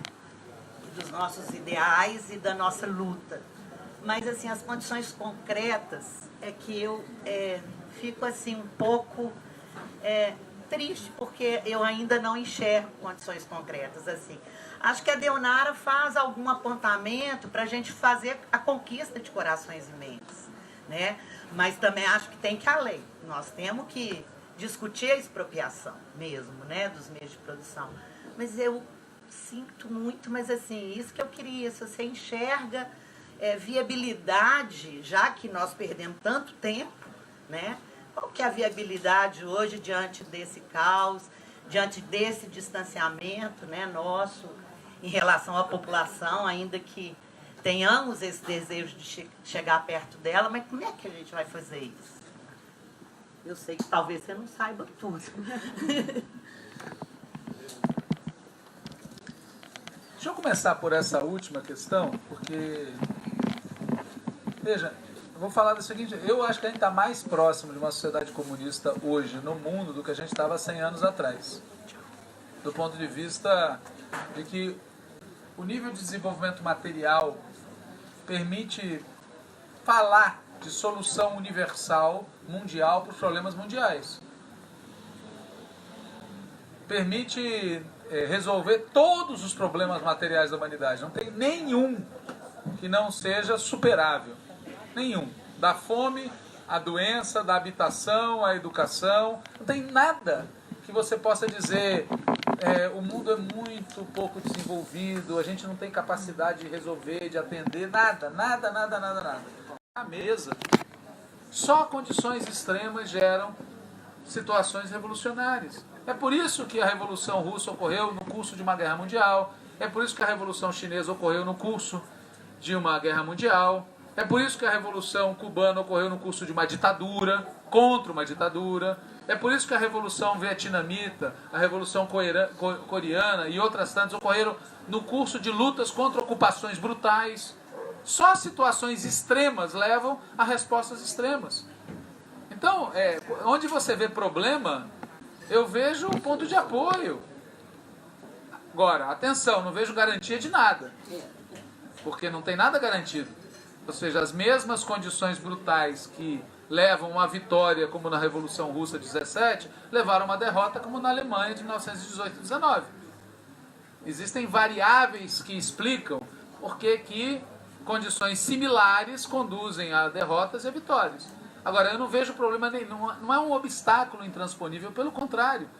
Se a gente estivesse vivendo em ordem e tranquilidade, esquece do socialismo. A gente, no máximo, ia conseguir um capitalismo mais ou menos razoável.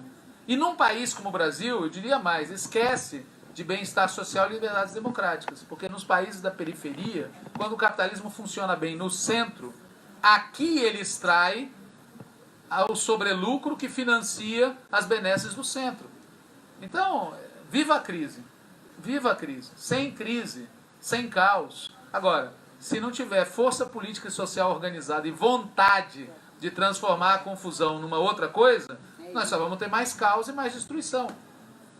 Agora, a condição para ter força política e social para se aproveitar do caos é não ter medo dele, é não se prostrar frente a ele, entendeu?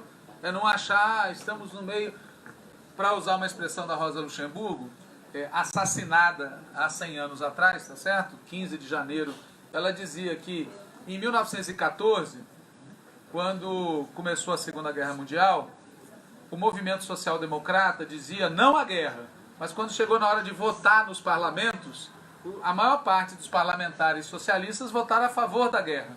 E com isso a Internacional Socialista explodiu. E a Rosa Luxemburgo disse que socialistas de todo mundo, proletários de todo mundo, univos em tempos de paz. E matai-vos uns aos outros em tempos de guerra. Tá certo? Ela dizia, a palavra de ordem desses caras é essa. Uma parte do movimento socialista se prostrou. Em épocas de guerra não vamos falar de revolução, ao contrário. Em épocas de guerra é que a revolução é tanto mais necessária do que antes. Em épocas de crise, de brutalidade, de fascismo, de nazismo, a revolução socialista é a solução. E ela só é possível nesse contexto, né? Então essa é a primeira questão que eu te diria. Segunda coisa que eu quero te colocar, as coisas, antes delas melhorarem, elas pioram. Vamos ver o que aconteceu. O movimento social-democrata, ele era muito forte, ele veio crescendo do final do século XIX até 1912. Se vocês contabilizarem os votos dos partidos socialistas em toda a Europa, estavam crescendo a sua votação, aí veio a guerra. E aí o que aconteceu? Recuo generalizado do movimento socialista, derrota em todos os locais. E foi nesse contexto que estoura a Revolução Russa de 1917. Depois, a União Soviética fica isolada, 2 décadas de intermezzo, e o nazismo cresce. O nazismo se apodera primeiro da Alemanha, já tinha entrado na Itália, guerra, destruição, parece que o mundo todo vai acabar. E como é que acabou? Em 1943, para pegar o Walter Benjamin, tá certo? Que todo mundo aqui, o cara estava prestes a ser preso e escolheu se matar. Eu não sei se ele teria sobrevivido se tivesse respirado fundo, porque os que estavam com ele conseguiram chegar à fronteira e conseguiram sair, tá certo? Mas era o desespero de uma geração que se viu diante do acabou. 2 anos depois, não só não tinha acabado, como o nazismo estava derrotado, o socialismo voltava triunfante, a Revolução Chinesa estava a caminho, entendeu? Então tem momentos que parece que o mundo acabou, que é a derrota, que não sobrou mais nada, e às vezes você está na virada. Então assim, eu não me assusto que as coisas às vezes piorem. Às vezes elas pioram como uma espécie de preparação para uma melhora. E para ninguém achar que isso é... Não, para ninguém achar que isso é uma tolice socialista de novo, o Eric Hobsbawm começa um daqueles livros da trilogia dele, Era das Revoluções, acho que era um dos 3, ele conta uma história genial. Ele começa o livro contando de 2 espadachins que vão fazer um duelo porque estavam entediados, porque nada acontecia no país deles. Isso era 1789, às vésperas do início da grande Revolução Francesa. Então essa falta de sacada do que está para acontecer, tem várias, né? As vésperas da Primeira Guerra Mundial tem relatos muito legais de caras que começaram a contar como estava Viena, tudo legal. E assim, era o dia em que estava iniciando a guerra e parecia que era tudo normal. Então, nós não temos que ter medo do caos, nem temos que ter medo das coisas piorarem. O que a gente tem que ter medo é da nossa atitude frente a essa situação. A gente ficar prostrado e se achar perdido. Segunda questão, indo de trás para frente, né? Eu não acho que revolução armada é impensável. Eu acho isso daí um preconceito. E há 10 anos atrás, eu era secretário de Relações Internacionais do PT e nós temos um curso de formação política. A Fundação Perseu Abramo é Secretaria de Relações Internacionais do PT e a Fundação Rosa de Luxemburgo fez um curso de formação política em Relações Internacionais. E eu fui dar uma aula sobre capitalismo e imperialismo. Era um curso de uma semana, super legal, não sei o quê. Eu fui dar essa aula específica. E tinha lá uma diplomata, petista, diplomata de carreira, pediu a palavra, mas o que você está falando é um absurdo. E o que eu estava falando é que nós caminhávamos um conflito em grande escala entre a China e os Estados Unidos. E que a possibilidade de guerra era muito grande. Ela achava que estava fora da pauta. Mas fora da pauta por quê? Entendeu? A revolução... Por quê?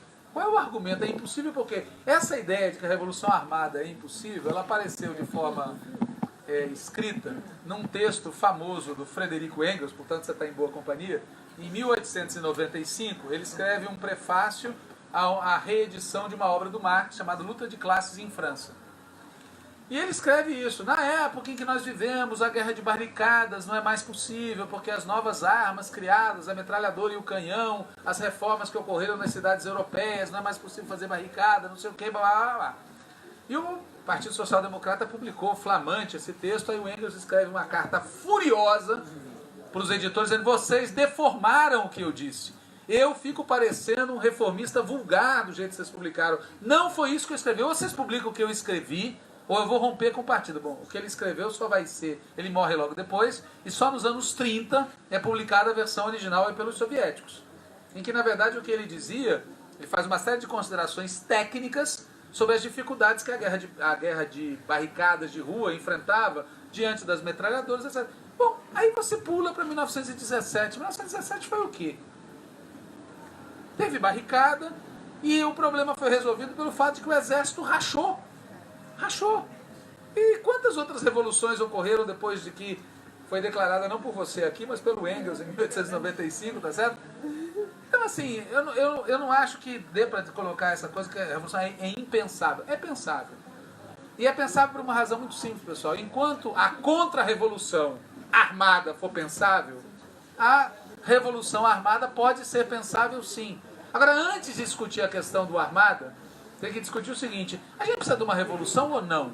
É legítimo falar de uma revolução ou não? Porque essa é que é a questão de fundo, entendeu?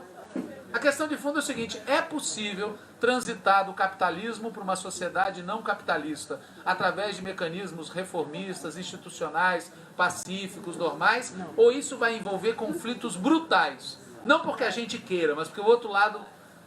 Porque se é isso, todos os meios legítimos, ou seja, aqueles que têm o apoio popular, desde que tenham apoio popular de massa, são pensáveis. Todos. Todos.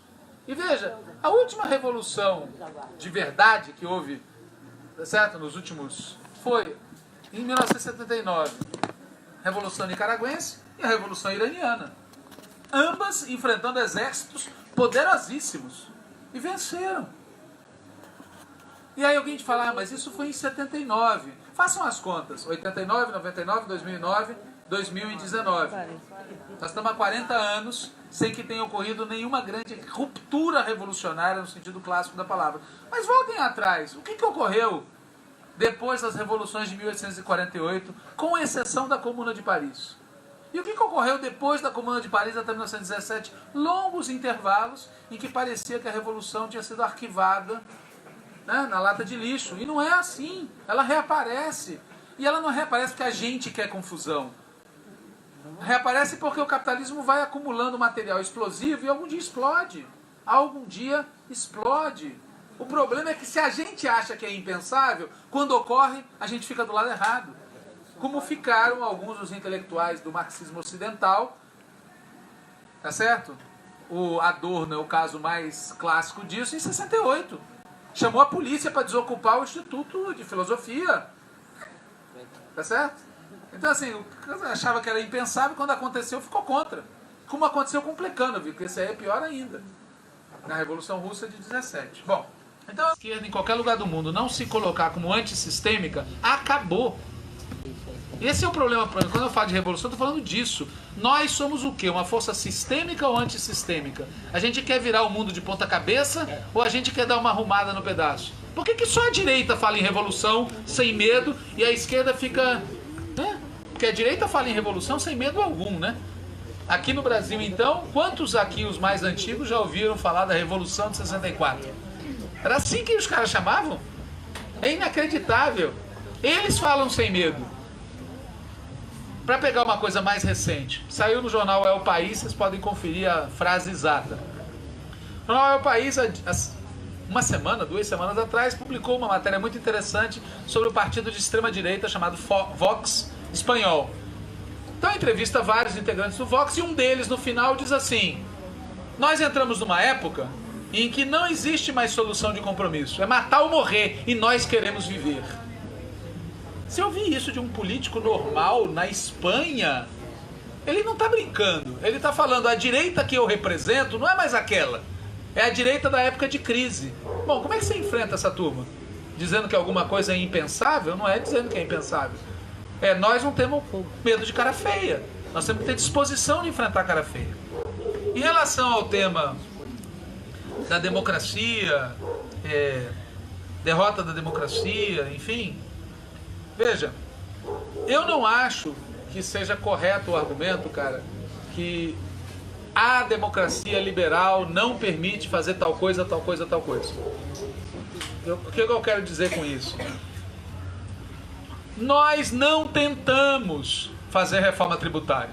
Nós não tentamos democratizar a comunicação social. Nós não tentamos... E aí não pode usar o argumento de que não permite, que não pode... Nós não tentamos. Para pegar... E veja, de novo você está em boa companhia. Quando terminou a Segunda Guerra Mundial... Não, porque você falou coisas super importantes.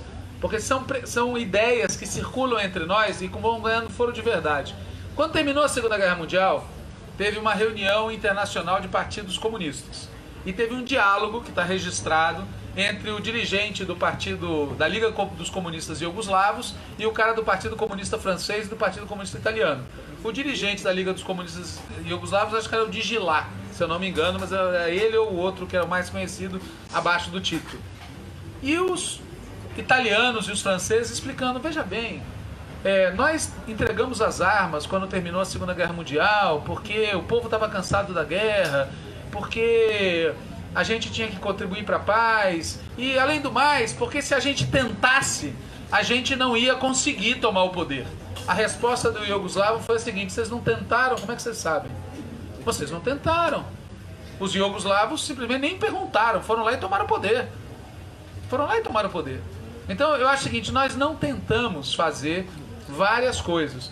Eu concordo contigo no terreno teórico, no seguinte sentido: a democracia, tal como os liberais a entendem, é incompatível com determinado nível de liberdades democráticas. E, portanto, se houvesse comunicação democraticamente controlada no Brasil, os liberais estariam dizendo que aqui é uma ditadura.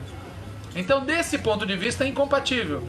Mas isso não quer dizer que um governo eleito com base nas regras do jogo vigentes na democracia liberal não possa tentar esticar o limite. Olha o que aconteceu na Venezuela. Foram eleitos como? Do mesmo jeito que nós aqui. E eles esticaram o limite. Você pode dizer a correlação de forças lá é diferente daqui, óbvio. Mas a correlação de forças lá não caiu do céu. Ela é produto de uma orientação política, de tentativa e erro. E aqui o problema é que predominou, aí especificamente no PT, a ideia de que havia uma espécie de interdito proibitório. Eu não posso passar essa fronteira porque aí é socialismo, porque aí é revolução, porque aí não sei o quê. Mas isso é desculpa. É álibi para não ter tentado. Você só pode dizer que não dá se você tentou e não conseguiu. Fora disso, não dá para dizer. Então acho que eu respondi as questões. Terminou? Ah, putz, a questão mais importante é do João. Desculpa os outros dois, mas eu acho que é a questão mais importante. Eu vou dizer por quê. Não, porque esse é o tema central. Chama-se trabalho, classe trabalhadora. E eu vou explicar a minha opinião sobre isso fazendo uma volta que vocês vão entender. Eu fui entrevistar a presidenta Dilma Rousseff em 2015 e acho que eu contei isso na terça-feira valente que eu vim. Eu perguntei para ela, olha, eu vou lhe perguntar agora sobre a coisa que mais me irritou no seu governo. Ela falou, sobre o Levi. Eu falei, não, o papo de país de classe média.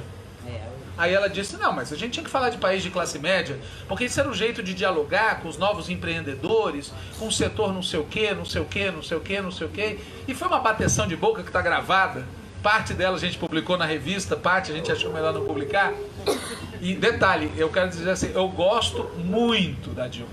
Gosto muito da Dilma. E não faço parte daquela lista de achar que ela fez as coisas erradas e outros fizeram coisas certas. Não faço parte dessa turma. Ok? Isso posto. A certa altura eu perguntei para ela, vem cá, mas qual é a questão de fundo teórica? E ela explica que a questão de fundo é que hoje o trabalhador não se reconhece trabalhador. Porque o trabalhador, ele está numa esfera imaterial do processo produtivo, etc. E eu respondi para ela, e aí eu começo aqui a ir para a questão específica, que é o contrário. Veja, o que o capitalismo gestou? Uma imensa força de trabalho coletiva, em que cada trabalhador, individualmente falando, fabrica ou produz ou contribui com um pedacinho, em que quando ele olha sobre ele mesmo, ele se sente alienado. Diferente do artesão do passado, que produziu o conjunto da peça, tinha controle sobre as ferramentas, tinha controle sobre o processo de produção, tinha orgulho da profissão. Que orgulho da profissão pode ter um operador de telemarketing? Que orgulho da profissão pode ter um apertador de botão num banco? Nenhum, né? Orgulho naquele sentido, ele pode ser substituído a qualquer momento por outra pessoa. É um trabalho completamente mecânico, robotizado, Charlie Chaplin, tá certo? Porém, ele continua sendo parte de uma coisa insubstituível, enquanto houver sociedade humana. Uma imensa classe trabalhadora, uma imensa classe de produtores de riqueza. E ele é hoje parte de um corpo coletivo. E, portanto, quando alguém me fala que a classe trabalhadora está mais fracionada, ela está mais desorganizada, ela está mais... Isso tem dois lados. Tem um lado que é as velhas formas de organização corporativas, por profissões, por categorias. Essas formas estão perdendo força mesmo. E no lugar, existe espaço para formas de organização coletivas que expressem os trabalhadores enquanto classe e não enquanto segmentos profissionais de uma classe. Pô, mas é exatamente a consciência de que você é parte de uma classe trabalhadora e não de uma categoria profissional que é o grande salto de qualidade que o trabalhador tem que dar para se aproximar da ideia de que ele é produtor de riquezas e tem que ser proprietário dessas riquezas. Então eu não vejo que seja um problema o que está ocorrendo hoje no sentido de um obstáculo absoluto à consciência de classe. Pelo contrário, num certo sentido, é o caminho para as pessoas se identificarem com a ideia de que elas são pequenas partes de um grande corpo coletivo que é o produtor coletivo das riquezas. Agora, o problema é que se você aborda essa situação com a cabeça das organizações de 30 anos atrás, você está lascado, porque o teu sindicato é para organizar só os daquela empresa, ou só o daquela categoria. Então o terceirizado que está lá, você não tem nada a ver com isso. O cara que está desempregado, você não tem nada a ver com isso. O empregado numa empresa que você não entende direito como classificar, não é problema seu. Você não se sente membro da classe trabalhadora, você se sente membro da tua corporação. Esse é o nó, entendeu? Se você olha essa situação do ângulo do passado, realmente é uma situação insuperável. Agora atenção, voltem ao final do século XIX, final do século XVIII, início do século XIX. Qual foi o grande salto que o movimento sindical deu na época?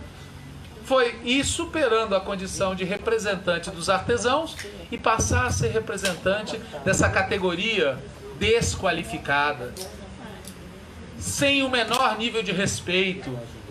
Uma coisinha chamada proletariado industrial. Isso aqui é o hilário. Os operários industriais de hoje já foram, em algum momento do século XIX, um segmento da classe trabalhadora olhado com tanto desprezo, como inorganizáveis, inconscientes, brutalmente explorados, incapazes, como hoje muitos membros do proletariado industrial olham o terceirizado, o uberizado, entendeu? É um problema de olhar a partir de critérios do passado, que despreza o que é o essencial. O essencial é a força de trabalho que produz riqueza. Por exemplo, o negócio do Uber que você falou, né? O Uber é neofeudalismo. Ok, o Uber é uma empresa mega exploradora. Agora, eu pergunto para você o seguinte: se a gente vivesse numa sociedade onde a nossa sobrevivência com alta qualidade está garantida, porque o conjunto da riqueza social garante que todos nós tenhamos uma renda universal básica que nos permite sobreviver e ter aquilo que a gente quer. E eu posso querer me contentar com isso. E se o cidadão quer receber alguma coisa a mais da sociedade, ele pode ter um trabalho desse tipo. Só que não tem nada a ver com o que é o Uber hoje. Não tem nada a ver com a exploração capitalista. Tem a ver com o fato de que numa sociedade onde todo mundo tenha o básico, e o básico que eu estou falando não é o pouco básico, tá certo? É um alto nível de vida. Você pode trabalhar frações de horas, frações de dias, por que não?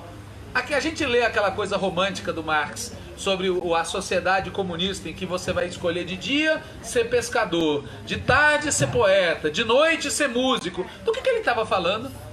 De uma sociedade onde cada um dá o que quer e retira o que precisa. Então, essa forma de organização parcelizada, ela é brutalmente exploradora no capitalismo. Mas não necessariamente será numa sociedade organizada de outra forma. Por isso a gente não tem que se ater à forma, mas ao conteúdo.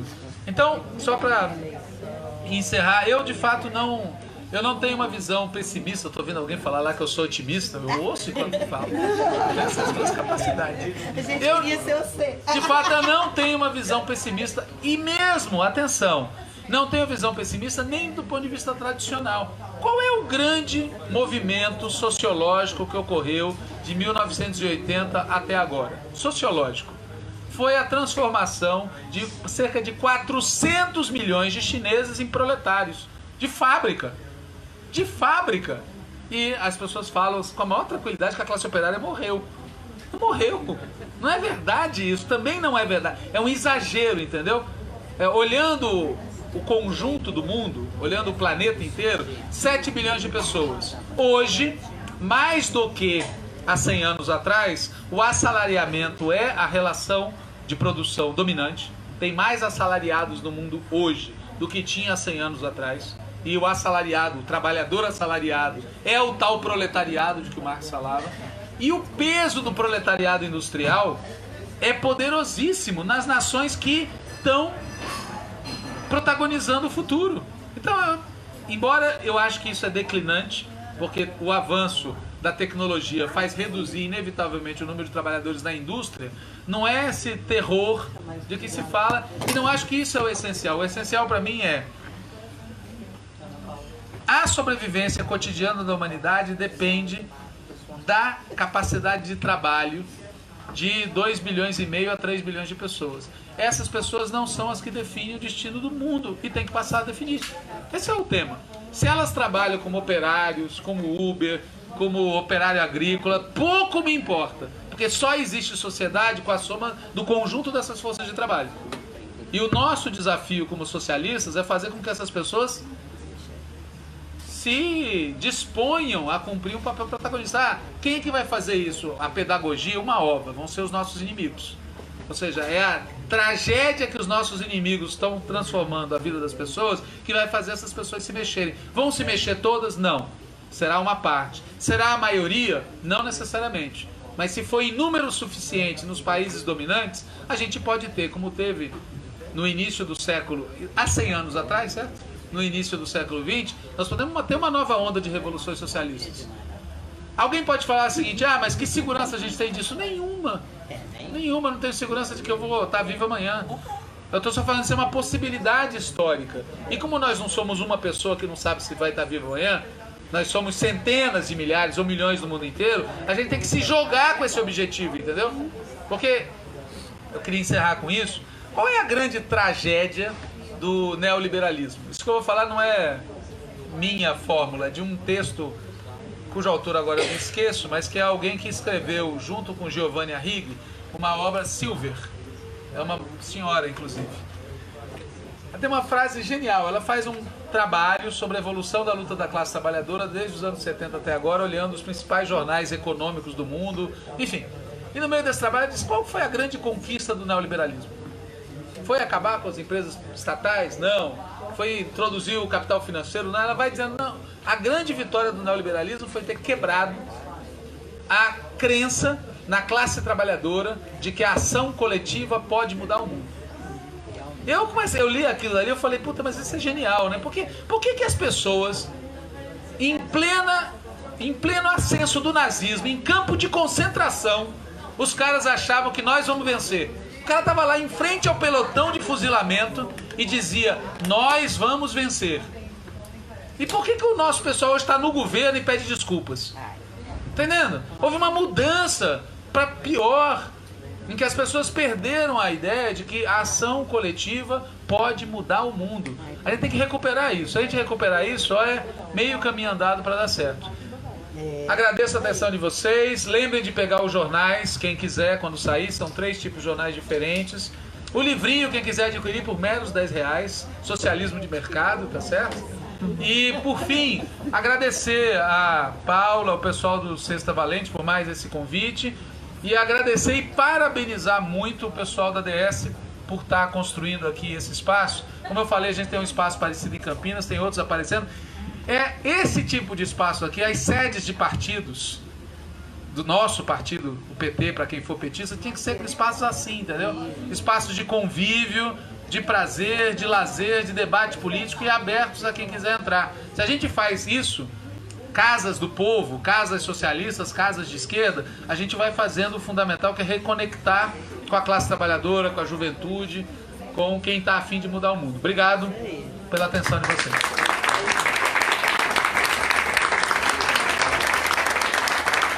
Bom, gente.